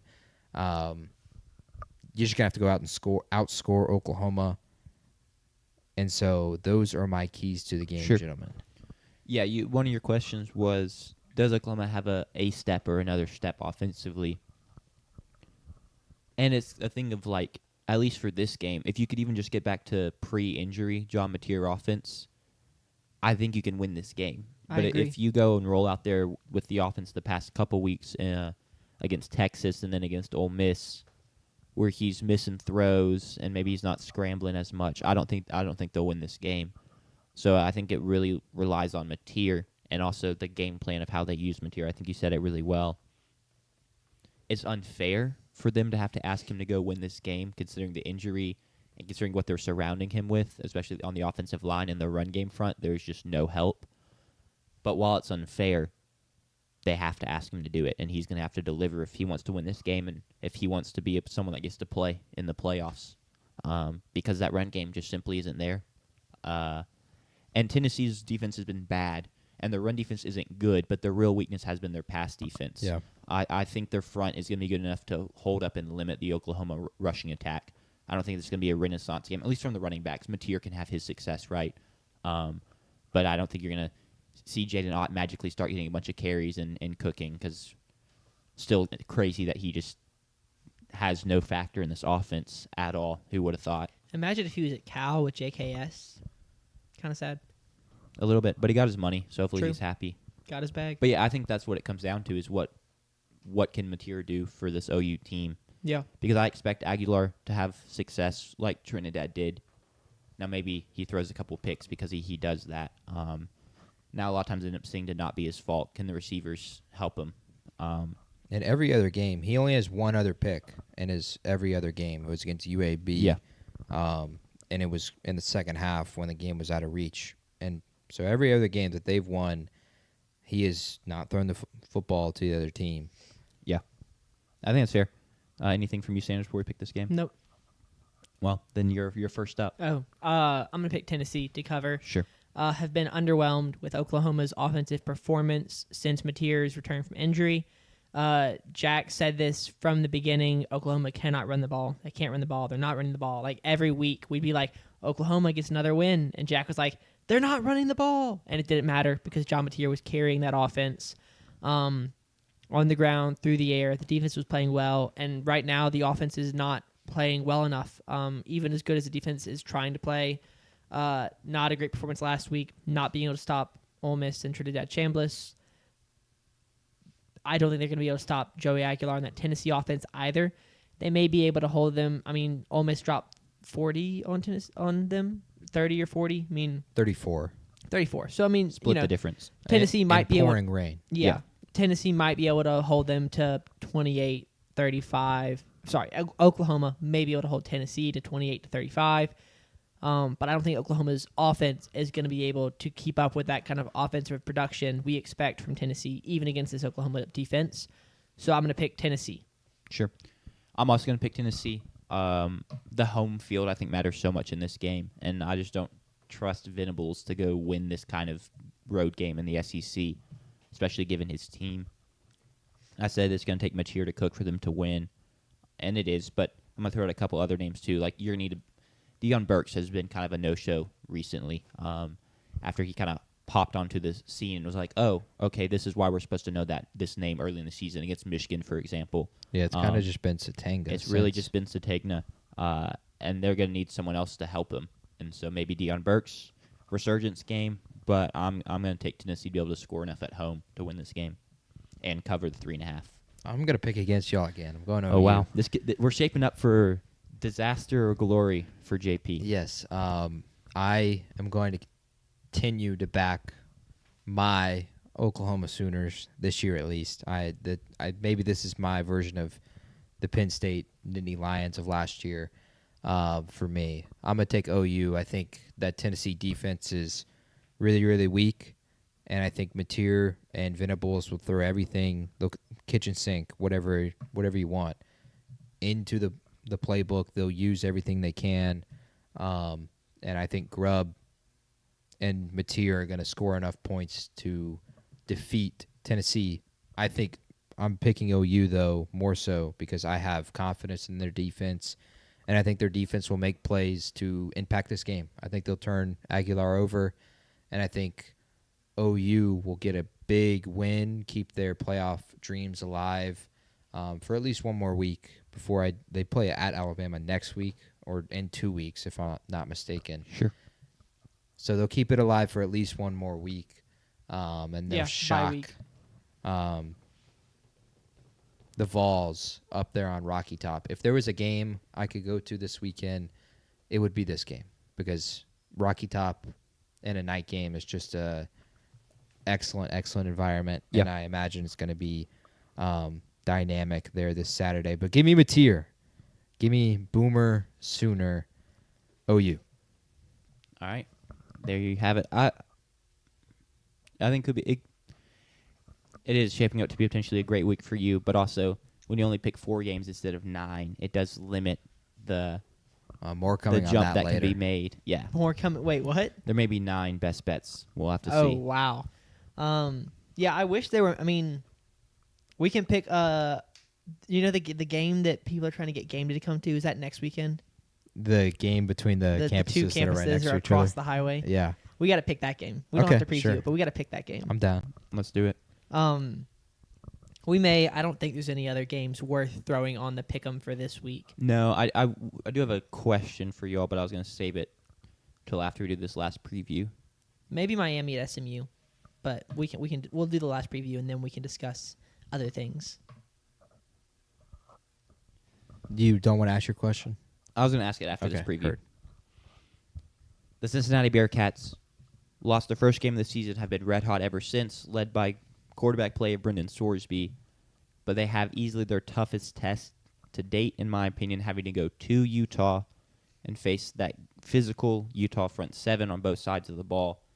And it's going to be a tough test. We're going to have to see how they fare. And because that test is perceived, at least, to be really tough, Utah is favored by a whopping 10.5, despite having more losses than Cincinnati. Y'all's thoughts on this game? So Bearcats won 7 in a row since the Nebraska game. Brendan Sorsby, like you said, has been unbelievable. 20 touchdowns, 1 pick. Kind of a trend. Maybe look at this to be the story. In their 7 wins, Brendan Sorsby has thrown 2 or more touchdowns. Every game since the Nebraska game. The Nebraska game, he had 0 passing touchdowns.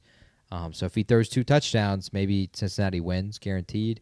Cincinnati has kept Sorsby clean. They'll have to do that again this weekend. He's been sacked just twice this season, and because of that, he's been really efficient as a runner. 420 rushing yards through 8 games. That's 53 per game, and 7 rushing touchdowns. Only one game really this year, though, that Cincinnati has had to fight outside of the Nebraska game, and that's Kansas. In the Kansas game, they had to lead a game-winning drive, a touchdown drive, and ends up being with 1:45 left on the road down 4 against Kansas.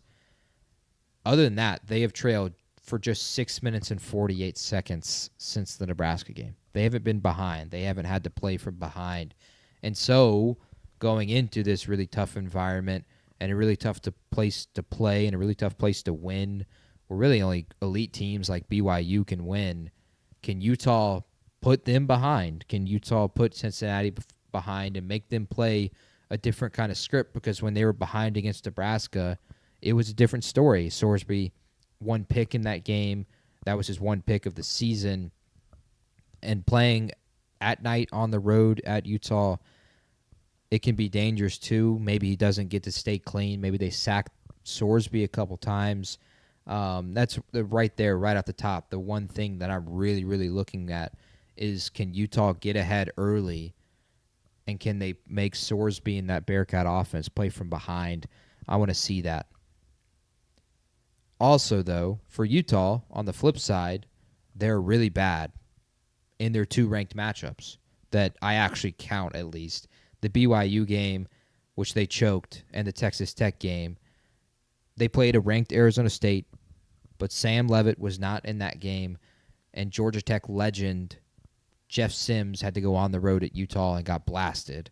But in their 2 ranked games that I actually count, they got beat down at home by Texas Tech 34-10, albeit against a backup quarterback as well. And they lost 24-21 against a true freshman quarterback wearing the number 47 in the Holy War. They're going to have to reverse that. Or they have to reverse that against Brendan Sorsby and the Cincinnati team, who some may argue are on the same level as Texas Tech and BYU, maybe even above that. We'll see next week, or I think it's actually in 3 weeks when BYU goes to Cincinnati. It's a long road for Utah to make the Big 12 championship. They're certainly going to need help, but this is the step. Cincinnati's undefeated in the Big 12. You win this game, you would have the tiebreaker if Cincinnati were to lose again, which you'd need them to lose to BYU. More than likely again, Kyle Whittingham's not going to just lay down. This team's not going to quit, which is why you see the spread as it is, which I'm sure shocks a ton of people because the last, times we've seen Utah, they haven't been good. Losing to BYU and losing to Texas Tech. The sellout streak, though, continues, and Rice Eccles will be packed. It's going to be a really tough place to play. It's a true night game. Funny that it's literally a 10 10-hour difference, no? A 10-hour difference between the big noon kickoff against Texas Tech. Might have been 9 hours. That's insane that you can have games that are Sure. Yeah. that far apart Valid. from kickoff in a It's season. over 10 hours because 11 a.m. versus 9 p.m. Yeah, that's diabolical. That can happen in a season, but those are the two things I'm looking for. Can Utah put Cincinnati behind? Because if they can't, well, obviously Cincinnati's leading the game, they'll win the game. But I think that it Yeah. just helps Sorsby in that offense so much. And two, does Utah have a different step against a ranked opponent? I think that's fair. I love the point about Cincinnati needing to start fast and get in the lead to help out their offense, but also I think it's pretty clear at this point if Utah has to put the ball in the hands of Devon Dampier to win them a game because they're down Yeah. or because it's close, Yeah. it's not going to happen. That's not what they can afford to happen if they want to win this game. So if you let Cincinnati jump all over you and then you're having to drop back and pass with Devon Dampier, it could get ugly really quick. So that's something really key to look out for. And then for Cincinnati's offense is the thing of people talk so much about how good this Utah front seven is, but they've given up almost 200 rushing yards in their 2 losses. And the Cincinnati team is a pretty good rushing team. That's really, I don't want to take away from what Sorsby is doing because it's been fantastic, but his success and their offensive success is built off of running the ball first. Yeah, they get almost 200 rush yards a game. Correct. And then setting up the play action pass, and they move the pocket well because he's mobile. They'll bootleg and all that, RPO, stuff like that. And they just get really fancy. Not even really just fancy, but really creative. They have so many different looks they can run at you. But it all starts with being able to run the football. If Sorsby has to drop back and pass, I'm not really sure how it would go because it's not something we have to see very often. He could deliver because he does have a big-time arm, but we just don't know. And then also for their offense, Utah loves to run man and be physical on the outside. And the transfer receiver group, Cyrus Allen, Caleb Goody. Cyrus Allen's A&M legend. He came in from A&M last year. And then Caleb Goody coming from Colorado State are their 2 leading receivers. How do they win their matchups basically on the outside and give Sorsby something to throw to? Which, once again, I think if the offense is cooking, the run game is cooking, it becomes way easier for them to get open because they don't have all of the attention. But I'm really excited to watch this offense cook. I haven't seen a ton of them live. I went back and watched the Kansas-Cincinnati game, and that was a blast. Because, for one, Jaden Daniels in Kansas is also just a very fun watch. Jalen Daniels, not Jaden. I apologize. Go Commanders. But, yeah, it was just a great game to watch. But this Cincinnati offense is just – it's so fun, simply put. But this is easily their toughest test. So I'm just see how it goes. I'm kind of rambling now, but No, you good? I'm just excited, man. This could be a blast of a game, and I'm glad it's the nightcap Yeah. because all eyes will be on this Exactly. To matchup. watch it alone. Yeah, Exactly. it's so. The nightcap does suck because, I mean, we've seen guys like Christian McCaffrey not win a Heisman because he played these kind of late games, the Pac-12 after dark stuff. I love it. As someone who just loves football, these 9 o'clock kickoffs are some of my favorite games. There's not a whole lot better than ending your day. If you won, you're juiced and you just go home, you get to sit on the couch and enjoy watching someone else play, not a care in the world because you won. If you lost, you get to go home, sit on the couch, kind of drown your sorrows, be like, this kind of sucks. I'm going to go watch a team I don't care about. The very late games have a special place in my heart of just watching football because it's football. I don't know. I just love the 9 o'clock kickoffs. I love a game that ends at 1 a.m. It feels very right, and it's just it's rare, because we get it There's 13, 14 weeks out of the year. There's a sense of pride with it too, Exactly. which there probably shouldn't be, but almost like I'm a bigger football fan than you because I was up watching Cincinnati at Utah at 11 a.m. and you unfortunately have kids, and so I felt have to get up early in the the morning. Florida and you're State tired. Stanford game. Yeah. So I was at your apartment, right? We were hanging out. We were playing college football because all the big games had ended, and that game wasn't. It was Florida State Stanford. We had it on a side. We TV. had it on the side TV, but then we weren't watching, and we won our natty in college football, and we were like, all right, I'm just going to go home because it's late and I'm tired. And I get home, and I see Sicko's committee. I think it was Sicko's committee tweet only real ones are still awake. And I check and realize that we missed a crazy ending to the game. Yeah. And I felt sad. I felt like a fake football fan. Which goes back to the pride. I felt guilty for not Sure. watching football at 2 a.m. So that'll probably be the last late game I do not log in until the end of, Sure. because I don't want to miss anything. Yeah. Go ahead. I was say the last bit of analysis or X's and O's I have, I guess, is Utah is just going to look to run the ball a ton. It's just been their identity for years at this point, and a lot of off-tackle stuff, which is going to put a lot of stress on the second level of the Cincinnati defense. And Cincinnati's defense, let me just say, they got some names. Like, if you're trying to make an all-name team, there's multiple pools here. Matthew McDoom is a cornerback for them. Ooh, I wish he was a safety, but we'll take quarterback. Leads the team in interceptions with 1. So I'm assuming he ties that with multiple Yeah. people. But Matthew McDoom's That would a fire that'd name. be a great wide receiver name too, because every catch people just doom. Yeah. It's just, Matthew. I guess you could do it every time he gets a tackle, but that's just harder to keep track of than catches for a wide receiver. Is it? For the average football fan to know who made the tackle, it's a lot easier to know who If you caught. know your team. Yeah. Yeah, if you for know your team- Cincinnati fans, it's light work. Yeah, I mean that is fair. And They probably know him by the cleats he wears, maybe. assuming he doesn't change his cleats every week. That's something that has given me a lot of frustration this year, as A&M running backs all wear colored cleats, but they don't keep their color. Yeah. And so every week you're trying to be like, wait, he wore neon yellow last week, but now the other running back's neon yellow. Yeah. It's a lot. But Matthew McDoom, Jack Dingle is a linebacker of theirs that grades out really well against the run. Shout out Jack Dingle. And then Antoine Peak Jr. is their strong safety. Also fantastic in the run. I think he has a 90-plus run defense grade according to your PFF boys. So Don't say you're the one using PFF for that. you're No, the biggest PFF I am head the here. biggest PFF guy here, And you should own that. unapologetically. Yeah, correct. But Jack Dingle, Matthew McDoom, Antoine Peak Jr., All right, some fire names there. They're going to have big days that is great. against the run. I'll go ahead and pick since I have to go first. Yep. As the leader of our pick'em, I'm gonna go first, and because I'm a BYU fan and we Sure. are a BYU podcast, I give this not a second thought, picking Cincinnati to cover, because I will not pick our rivals, the hated Utah Utes, on this podcast to cover here.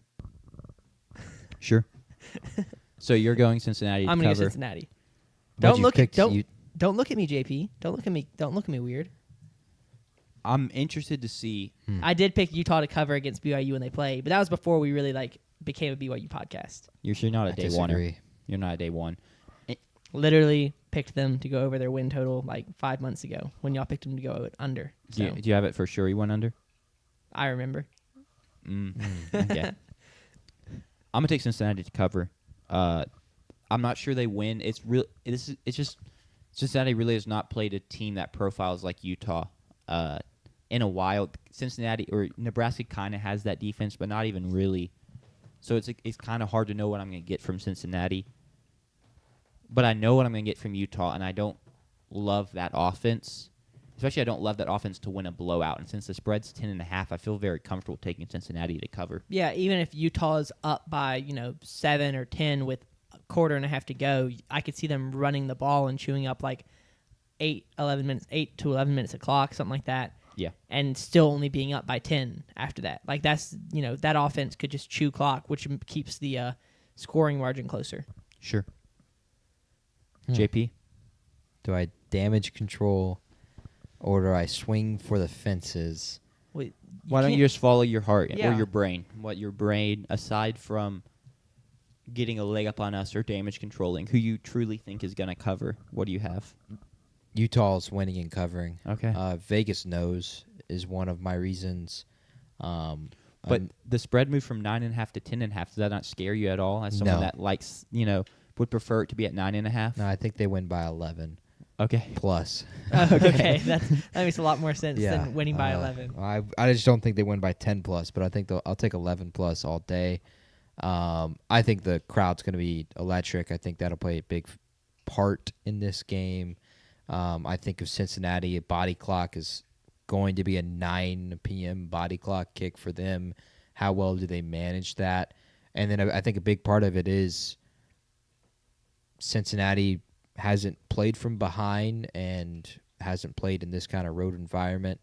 I don't know. We haven't seen them tested in that. And I just trust Utah in this spot more than I trust Cincinnati. I still think there are weeks that when things are rolling and they have the lead and everything's going, that Devon Dampier in this offense is really tough to stop. So give me the Utes to win a game against Cincinnati. Congrats to them. Wow, and you call yourself a BYU guy. You about to say you're really going to pick our biggest rival to cover and yes, win. I am. That's just absurd. Fake fan. Insane. I can ask my question now. Yeah. What was your... So what this were we was talking about? Win what? What were we talking about when the question came up? Other games we wanted Other to do. games. Yes, other games we wanted to pick. Which I don't want this to go on the pick 'em because it's just we could all have different answers for this question. But before the season, November 1st was circled as possibly the best weekend of the season. It was like, Yeah. you don't want to miss this game. No one go to any weddings, yada, yada, yada. The fanfare there always is. And it has fallen off. Mm-hmm. But out of all of the matchups that have fallen off, it kind of is like one team has fallen off, the other team has delivered. So which one of the teams that have fallen off would you predict to upset, like the team that delivered? Like, would you predict Penn State to upset Ohio State, or South Carolina to pull it off against Ole Miss, or let me go back. SMU pulls it off against Miami. SMU Not- started off ranked. Not even just. I feel like the spread probably would have been that from the jump. Florida to beat Georgia. No, I think Miami. Kansas State to beat Texas Tech. Yeah. Something like that. I mean, Boston College with their big preseason expectations over Notre Dame. Yeah, they had huge. I think their win total was 5.5. I feel like, JP, if you want to go first, you can. I would pick the 'cause this is not a pick. Wildcats, Kansas State, Okay. to upset Texas Tech. One, it's at home in Manhattan. Will Hammond, towards ACL, backup quarterback who had been starting for Texas Tech. Morton's supposed to start, but he's been dealing with injury concerns. When he's been healthy, he's been great. When he has not been healthy, he's not been on the field. Yeah. So what happens if he doesn't end up being healthy and they don't have to go to? They aren't able to go to Will Hammond. I think it makes a big factor. Kansas State still is playing like they care at least a little bit, so they're not a dead team. So I'd take the Wildcats if anyone. I would not take Penn State though. Well, I mean, you shouldn't. If you look at all the spreads, most of them are like 7.5, and then Penn State's a 20-point underdog.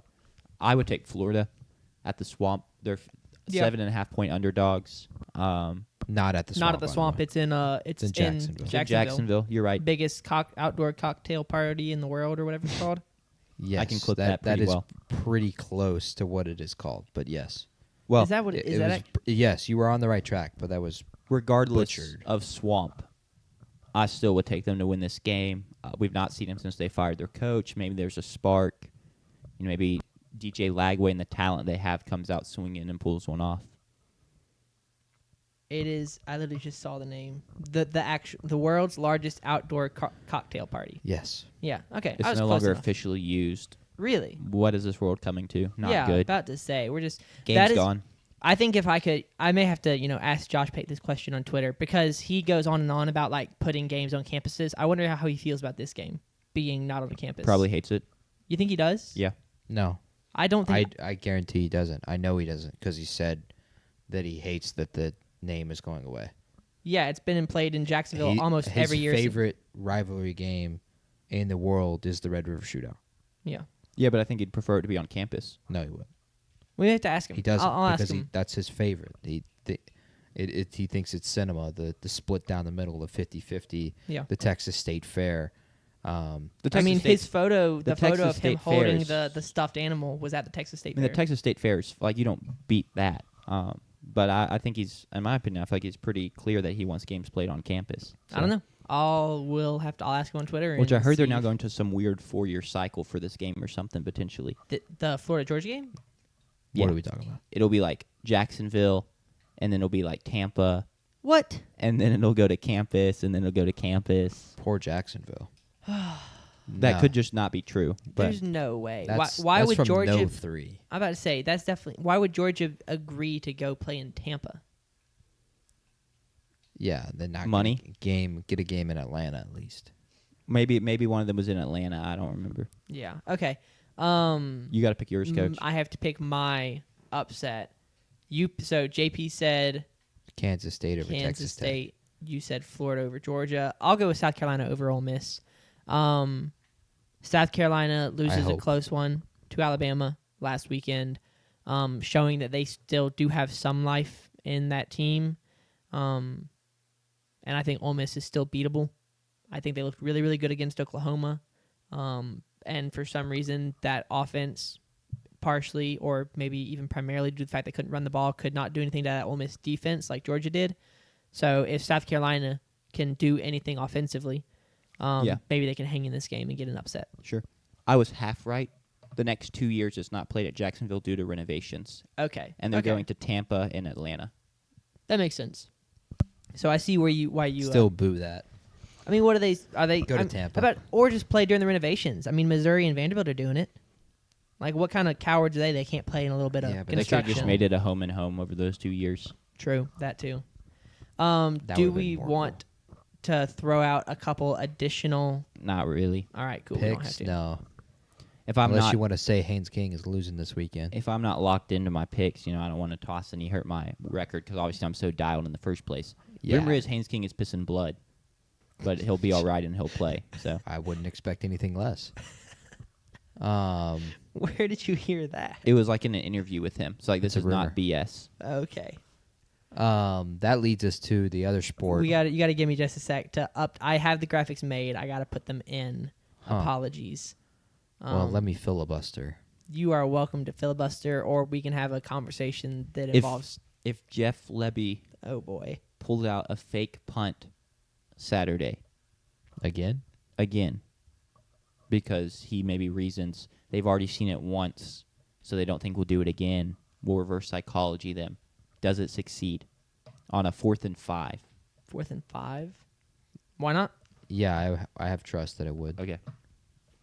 Cool. Give me a reason it would. I don't know. Exactly. Can't- No, I would trust that would work. I would trust our special teams because they've been pretty solid this year that they would figure that out. We haven't had as much as we wanted in the kick return game, Sure. but we also just haven't put anyone dynamic back there. Yeah, we put Devon Booth back there. Yeah, we put Booth back there, so it just hasn't been. That's like Obviously, it would not be compared to Tulu Griffin and Sure. Xavier Thomas. Yeah. It Tulu just back had- there was electric. that's like Still, even though we put Anthony Evans back there on punt returns, which he's fine for being safe, making sure we catch the ball.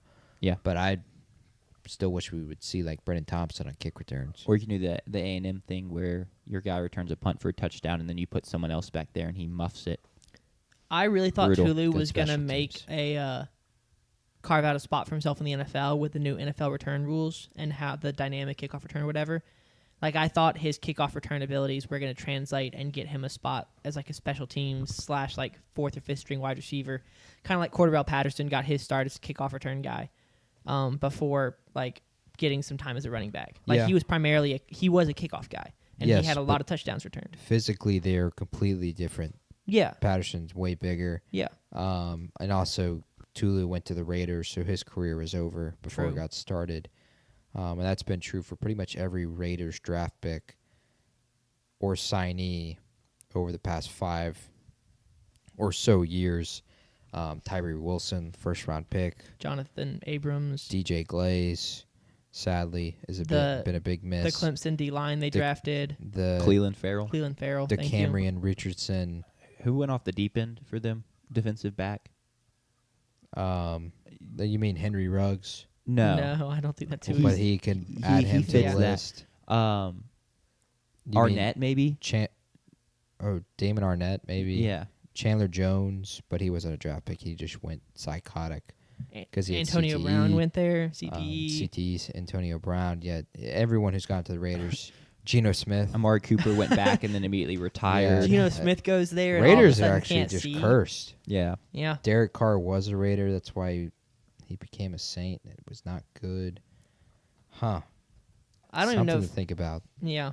We may have to do a deep Devontae dive. Adams is really the only Raider that has still flourished post Raiders. I mean- but he had to go through the Jet stuff, so I think he paid his dues. Cleansed himself. Yeah. I mean, if we're Yeah. being real though, Max Crosby's been very good there. I don't want. You don't think Max Crosby is How many really playoff games has he won? good? Well, how many playoff games has Myles Garrett won? One. Yeah, And that's infinitely more than Max Crosby. it is. I'm just. True. True that. All right, cool.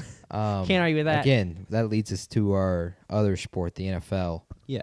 and we will start. The other version of the sport, anyway.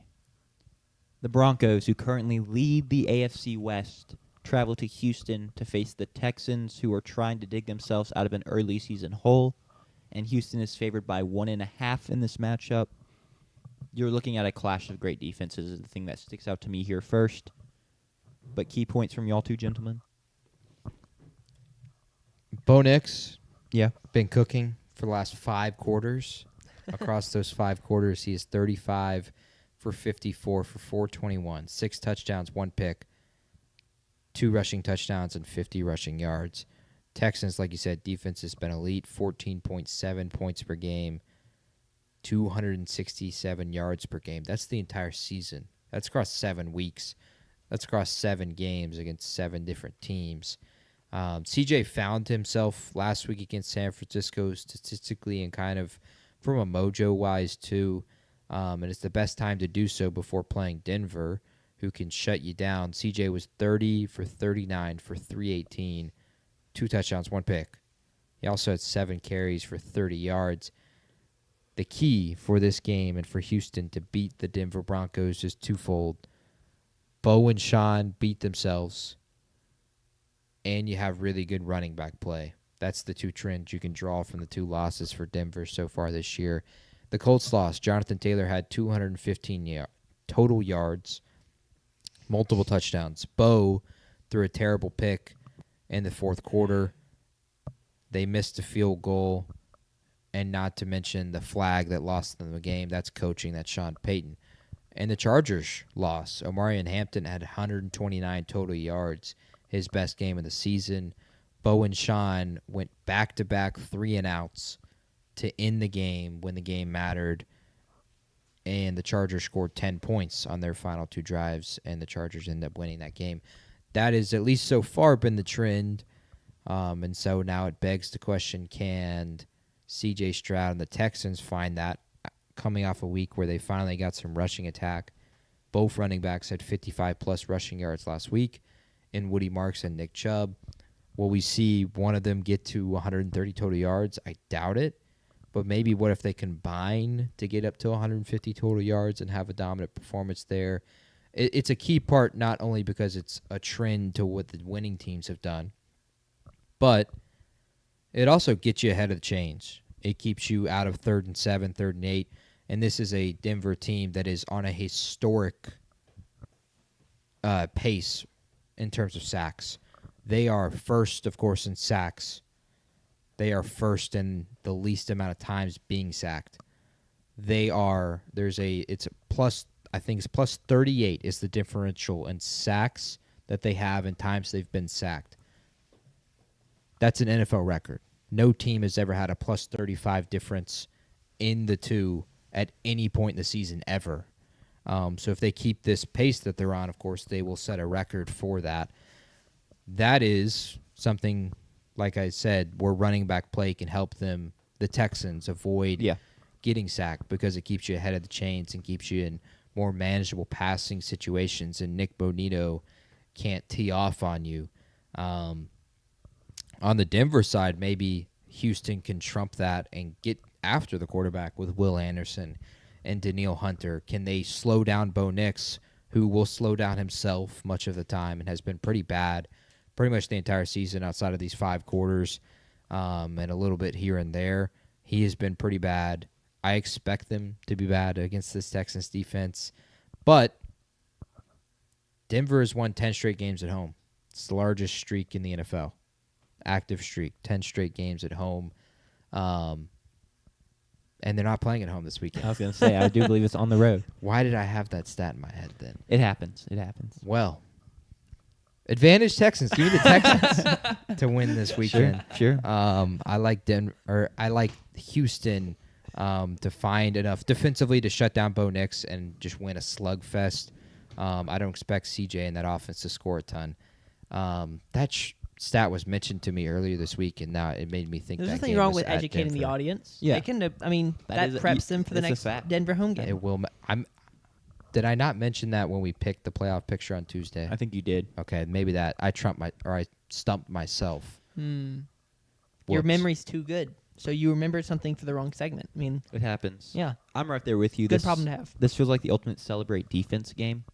True. Agreed. But as a Bo Nix hater, I'm gonna bank on the last 5 quarters being more a product of who he played, and expect him to kind of revert more back to being mediocre at best Yeah. against this Texans Average to below defense, average.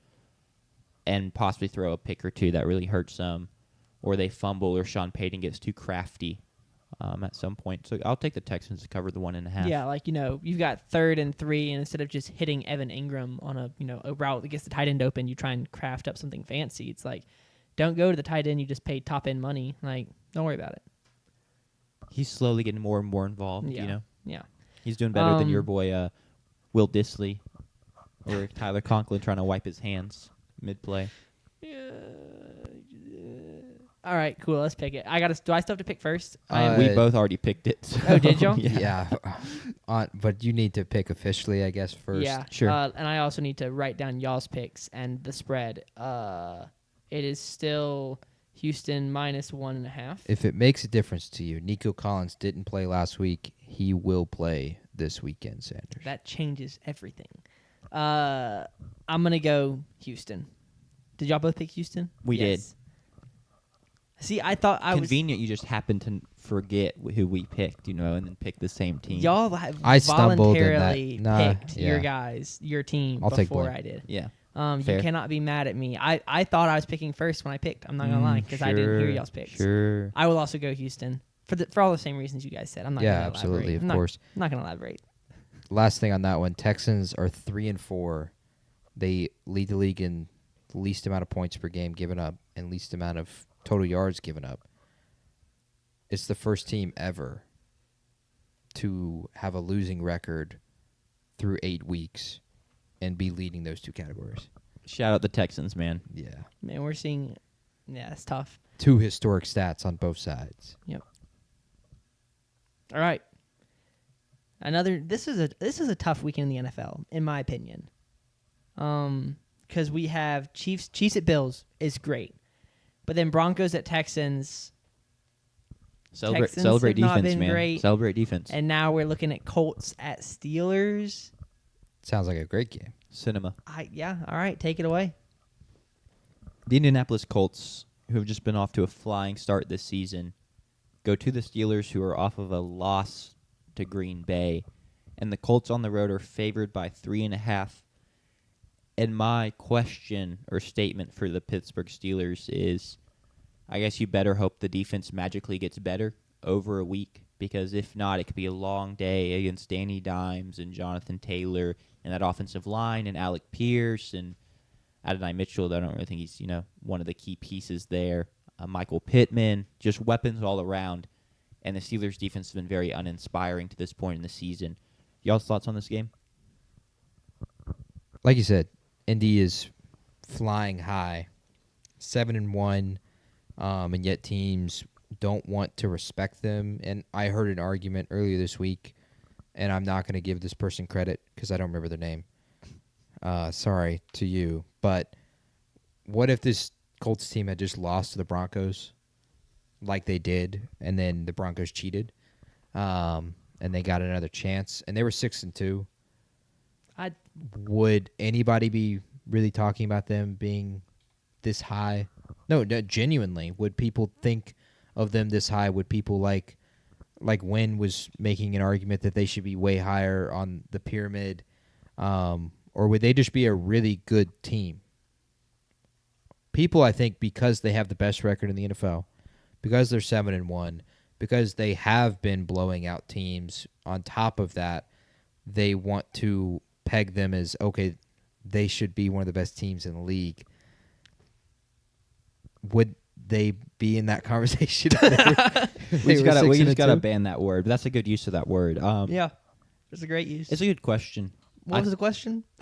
Would, if the Colts had just lost to the Broncos like they had, Yeah. would we just think of them as a really good team because they don't have the best record in the NFL anymore? Because honestly, point blank, point blank doesn't apply. But honestly, as I've shown in the pyramid, I think Seattle is way better than this team, power ranking wise, and you could argue that they are almost identical. Yeah. I think for the average watcher, or like, I don't want to say casuals because that's an offensive word in the sports world. But yes, that probably would be the case. But a lot of the underlying metrics would still be there about how dominant their run game has been and how dominant their offensive line The has metrics been. would be the exact same And because so- the only play that would be different would be the Broncos don't have that penalty. Yeah, which is Yeah, a but they'd be special 6 and teams 2. play. Which Yeah. is why I'm saying I think if, people that just kind of watch occasional games, don't consume media outside of the game, so, they sit down on the couch and watch some games on Sunday and that's it, they maybe would think that. But yeah, the underlying metrics would be the same, and people that are talking about how historic their run game has been, that was still getting propped up in the media and on NFL Today or whatever it's called. Yeah, And you'd still have the viral photos of Jonathan Taylor running through a hole that's 8 yards wide. Yeah, I get that, but they'd have the same amount of losses as 7 other teams in the NFL. I think it's also the thing of Denver would be 7-1. Will we have the conversation about Denver being Probably. elite? Probably. Yeah. sadly, and I They're the wouldn't clutchest agree. team in the NFL. I mean, Yeah. they have the best fourth quarters out of anyone in the NFL. I think my thing is like that whether they won or lost the game changes nothing for me because I don't, despite them being 7-1, view them as the best team in the league regardless. Yeah. Yeah. So it just doesn't. I know we don't feel that way. I'm just No. in terms of what the overall public has at least tried Sure. to do. The media hasn't. The media is pumping the brakes, kind of like I am on Indianapolis. But a lot of people feel that this is one of the best teams, if not the best team in the NFL. I mean, I picked them to win the Super Bowl In terms on of Tuesday. general, exactly. Just that and- is proof in the pudding right there. Yeah. They are the hottest team in the NFL. I don't know that they're the best team, but if it came down to a game right now, I don't know that I'd pick anyone to beat them. Go Chiefs. Patrick Mahomes, take him to the woodshed. Do we want to get into analysis for this game? Yeah. Okay. So the Steelers are allowing 386 total yards per game. To piggyback off Jack's point, that's the most they've allowed in a single season of franchise history. If the season were to end today, of course, Jonathan Taylor leads the league in rushing yards and rushing touchdowns. Daniel Jones has been magnificent as a passer, as a runner. This offense has been unstoppable per me. Because they have so many ways that they can attack you. And as long as Jonathan Taylor is getting up to 100 yards, or even Daniel Jones is going in the running game, they can hit you in play action. They can hit you over the top with speed threats like Alec Pierce. They can hit you in the red zone with red zone targets and Michael Pittman and Tyler Warren. Tyler Warren can also just be a Swiss Army knife and Can't do believe I anything. didn't mention him earlier. That's a disservice to Tyler Warren. And that doesn't even mention other weapons as well. And Adonai Mitchell, who's been good in spots. He's just had the key moment that lost them their only game that they've lost so far this year. Of course, Pittsburgh is coming off 2 straight prime time losses against the Bengals and Joe Flacco and Jordan Love and the Packers. But it hasn't been offense, like we've said. Their offense has been fine. Their offense has been scoring 6 scoring drives against the Green Bay Packers, and then Aaron Rodgers throws 4 touchdowns and 249 yards against the Bengals, and that defense, which is a good performance against the Bengals defense. It's kind of put up or shut up, and it's a great opportunity for Pittsburgh to do that against the best offense in the league, arguably. In Indianapolis, do it at home. In Pittsburgh, Heinz Field, as it should be called, in Acrisure Stadium. It's even hard to get out of my mouth. Sure. Because it's such a bad name. Answer the bell. Mike Tomlin said coming into the season that he thought this defense had the chance to be one of the best defenses he's ever had. And this is a Pittsburgh we're talking about, so they've had elite defenses in years past, and they have not answered that bell whatsoever. In fact, the word he used was historic. And as I said earlier with the stat, they have been historically terrible. Yeah. So they need to answer that, and that's what I want to look for this weekend as I watch this game as one of my games single boxed on Sunday ticket to go along. Actually, no, Shuck doesn't play till 3:25, so not the Saints, but other games up there at noon. Because if the Colts offense just runs through them like they should, and you should expect them to do, it may get ugly because they're 4-4 at that point. The division opens up entirely once again to Cincinnati, who's 3-5, and then completely to Baltimore, who will be coming off the high of tonight when they kill Mike McDaniel and the Dolphins. Fins up. Or also want something to look at for that game. Tua in prime time. That's when his concussions have been. Is he on concussion watch? Knock on wood that he isn't. Yeah, I'll knock on wood for that. But, hey, Seer. Sure. That's my sure. Seer prediction of the week. Okay. yeah, Wow. that best bets. You I heard- bet you could get. I guarantee you I could find a line for that. Yeah. On Call one of sheet my, has it. Yes, someone has it. Call sheet probably has it, yes. Yeah, probably. We need to get Best Bet sponsored by Call sheet. But that is what I'm looking for. I want to see Indy's offense versus the Colts or the Steelers defense, and that'll tell the story of the whole game. Because if they can slow down, like I said, their formula is holding teams under 20 points. I don't think they'll do that against Indy.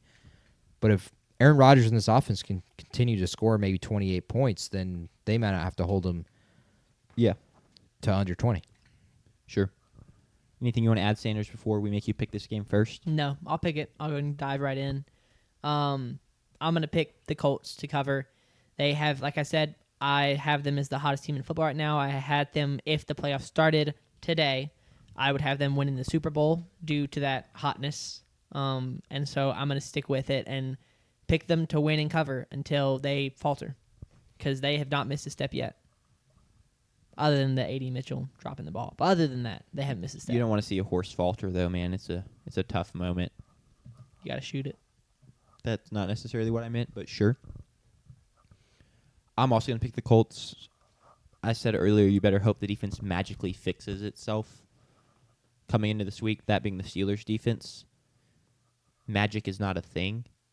So Breaking why news. why would I expect the magic to happen and their defense to get fixed when I don't believe in magic? Maybe I'm a cynic or something like that, but give me the Colts to cover the 3.5. Yeah, something seems fishy about this, that it's just a 3.5 point spread. I won't lie, considering the way Sure. the Colts season has gone in the last 2 weeks have gone for Pittsburgh. So I'm going to take Indy 3.5, but I'm suspicious we may get Vegas nosed here. Sure. But Colts minus 3.5, it seems just like a layup. But it just seems like that so much that it is, spoiler alert, not one of my best bets, even though I really want it to be. Yeah, we could smoke this layup come Sunday. Just a quick. I just saw this on Twitter. I thought y'all think is it because we're talking about Kalshi. Max Chadwick with PFF College tweeted the current betting favorites for every P4 opening according to Kalshi. LSU is John Sumrall, the Tulane head coach. Florida, Lane Kiffin at Ole Miss. Penn State is Brian Hartline, Ohio State's OC. So that would mean they have stolen their offensive coordinator and defensive coordinator in consecutive years, which is just funny. Virginia Tech is James Franklin, the former Penn State head coach. Arkansas is a tie between Rhett Lashley at SMU and Ryan Silverfield at Memphis. Oklahoma State is Zach Robinson, the Falcons' offensive coordinator. UCLA is Tony White, Florida State's defensive coordinator. And then Stanford is Frank Reich, the interim head coach.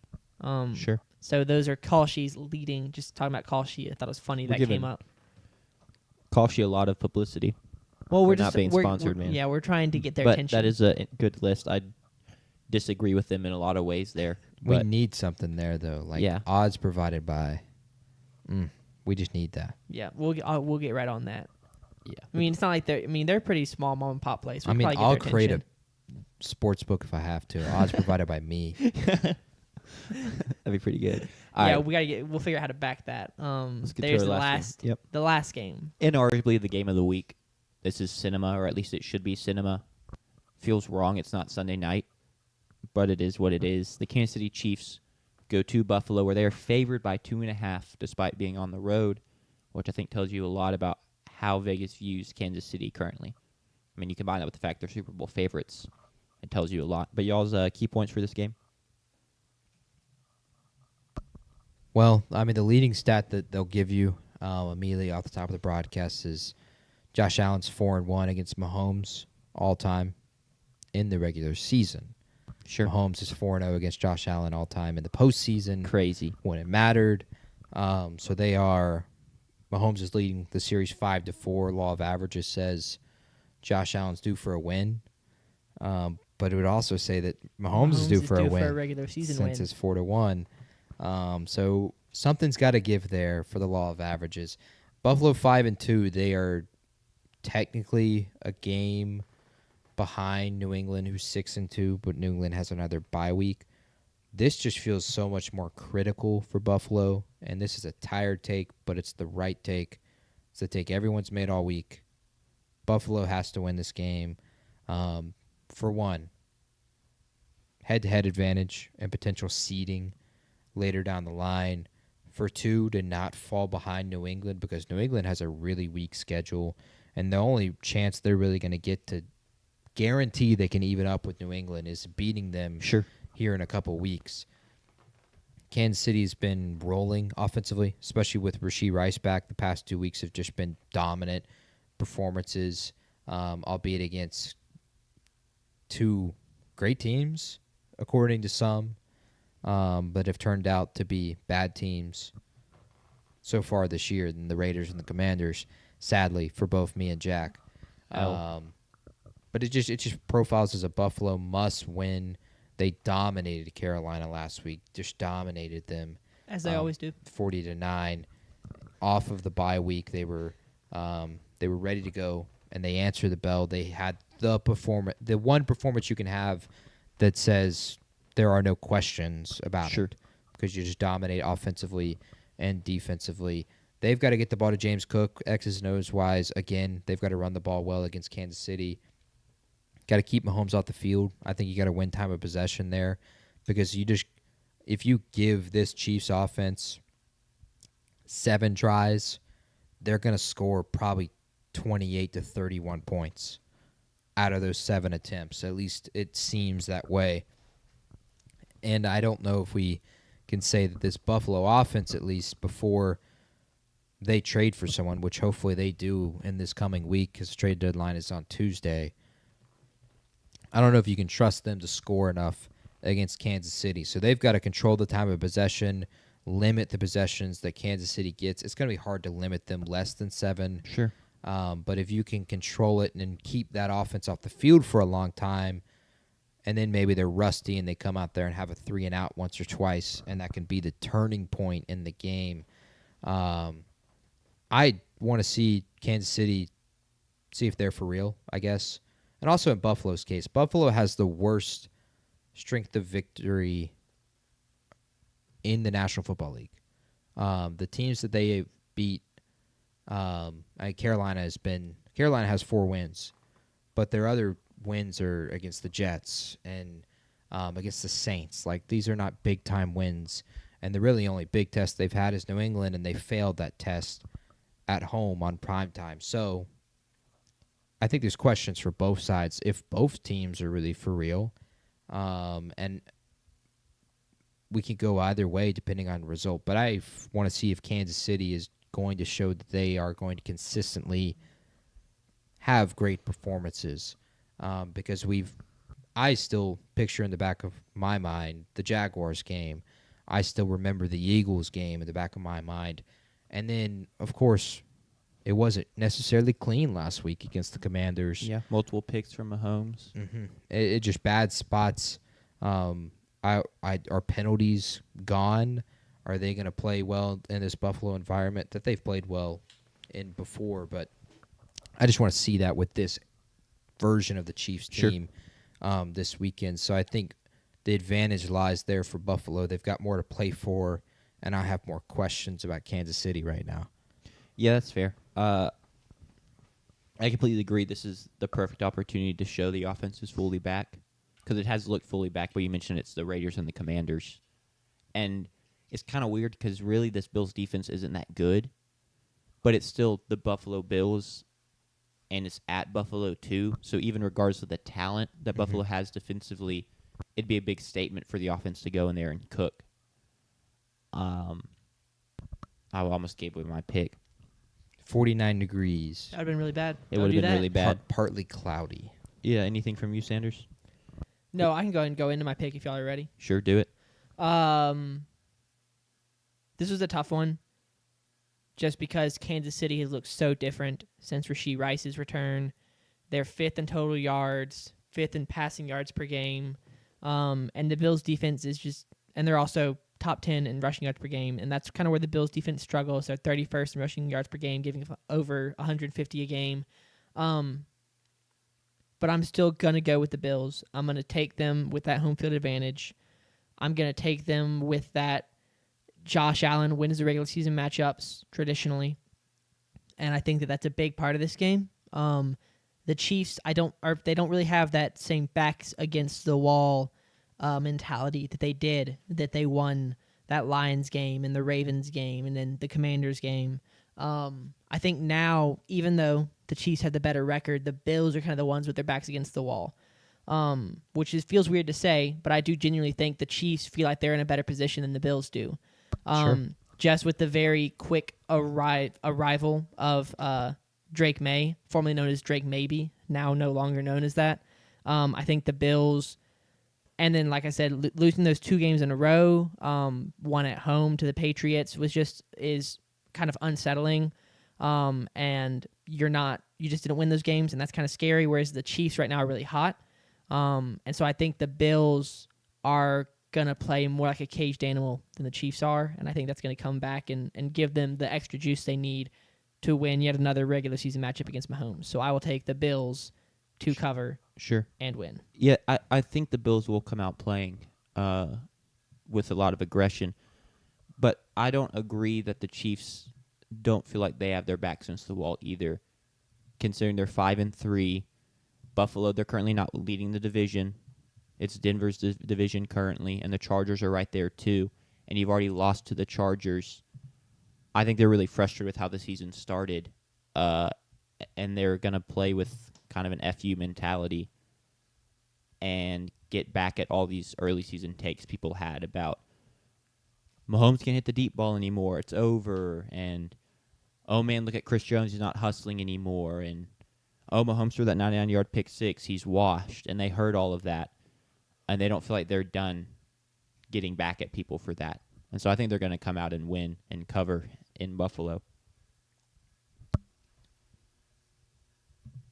I'm taking the Bills because they always win this game. And like I said, I think they have more to prove. I understand the argument for Kansas City, but I think Bills they feel like they have more questions and they have more to prove after the 2 losses right before the bye week. They did that last week against Carolina, but they were looking forward to this game anyway. And I think they'll take that and win this game. I'm also getting points. I'm getting 2.5 points taking Buffalo. I love that in a game that I think is going to be right down to the wire. So I will take Buffalo to cover the 2.5 and to beat Mahomes and the Chiefs again in the regular season. Cool. Sure. Shall we get on to the renamed JP's Best Bet segment? Yes, please. That was Let's do it. I still think that might have been a little bold. You know, we had all the positive energy from naming it JP's Bet I segment. took Jets money line. They had no wins. True. You didn't make it a bet though. I heavily advise people to take Jets money line. That doesn't count. I You took. did- Okay. I disagree. Well, if it wasn't one of the best bets, you can't wreck it on was it. Jets plus 6.5. Well, that's different than taking the money line. But he I people covered that heard by his 7 advice points. publicly. That is So I think true. that does matter for something That as is we're true. trying to prove or trying to get him his wins out in the public instead of him just winning in private. That's fair. Correct. That's fair. All right.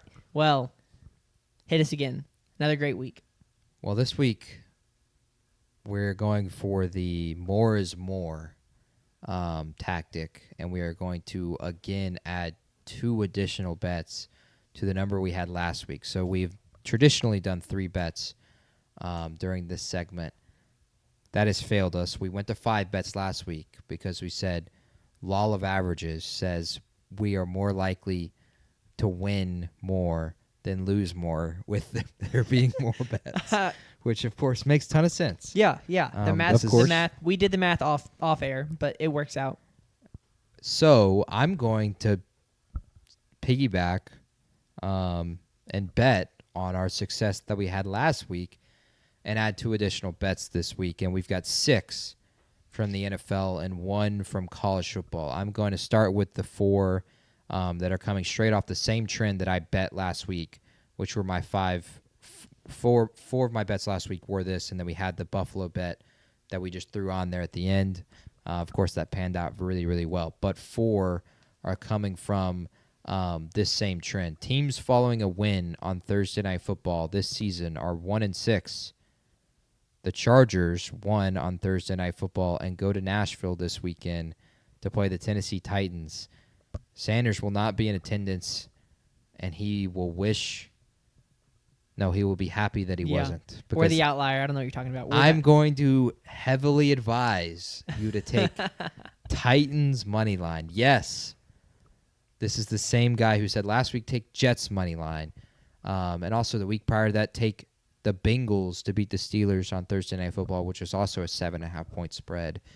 This is 9.5. Give me Tennessee plus 9.5. Give me Cam Ward to get his second win, his first real win, because I don't count the Arizona Cardinals win, and I never will.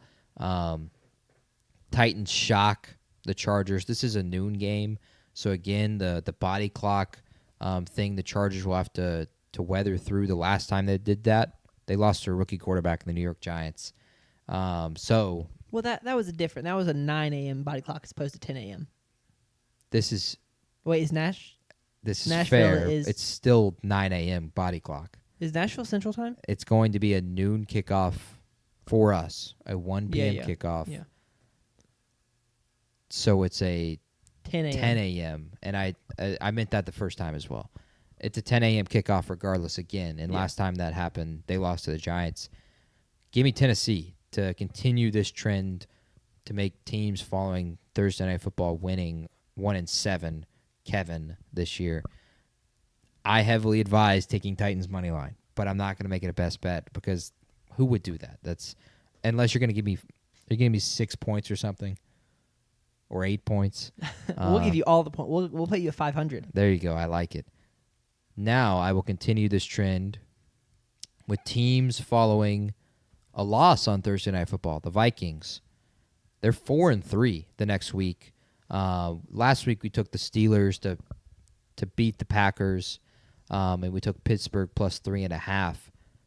That was the first time a team had been an underdog all season following a loss on Thursday Night Football. The Vikings are a 9.5 point underdog again this week. So I'm going to bet off of that trend of last week, and I'm going to take Detroit minus 9.5 to beat the Vikings.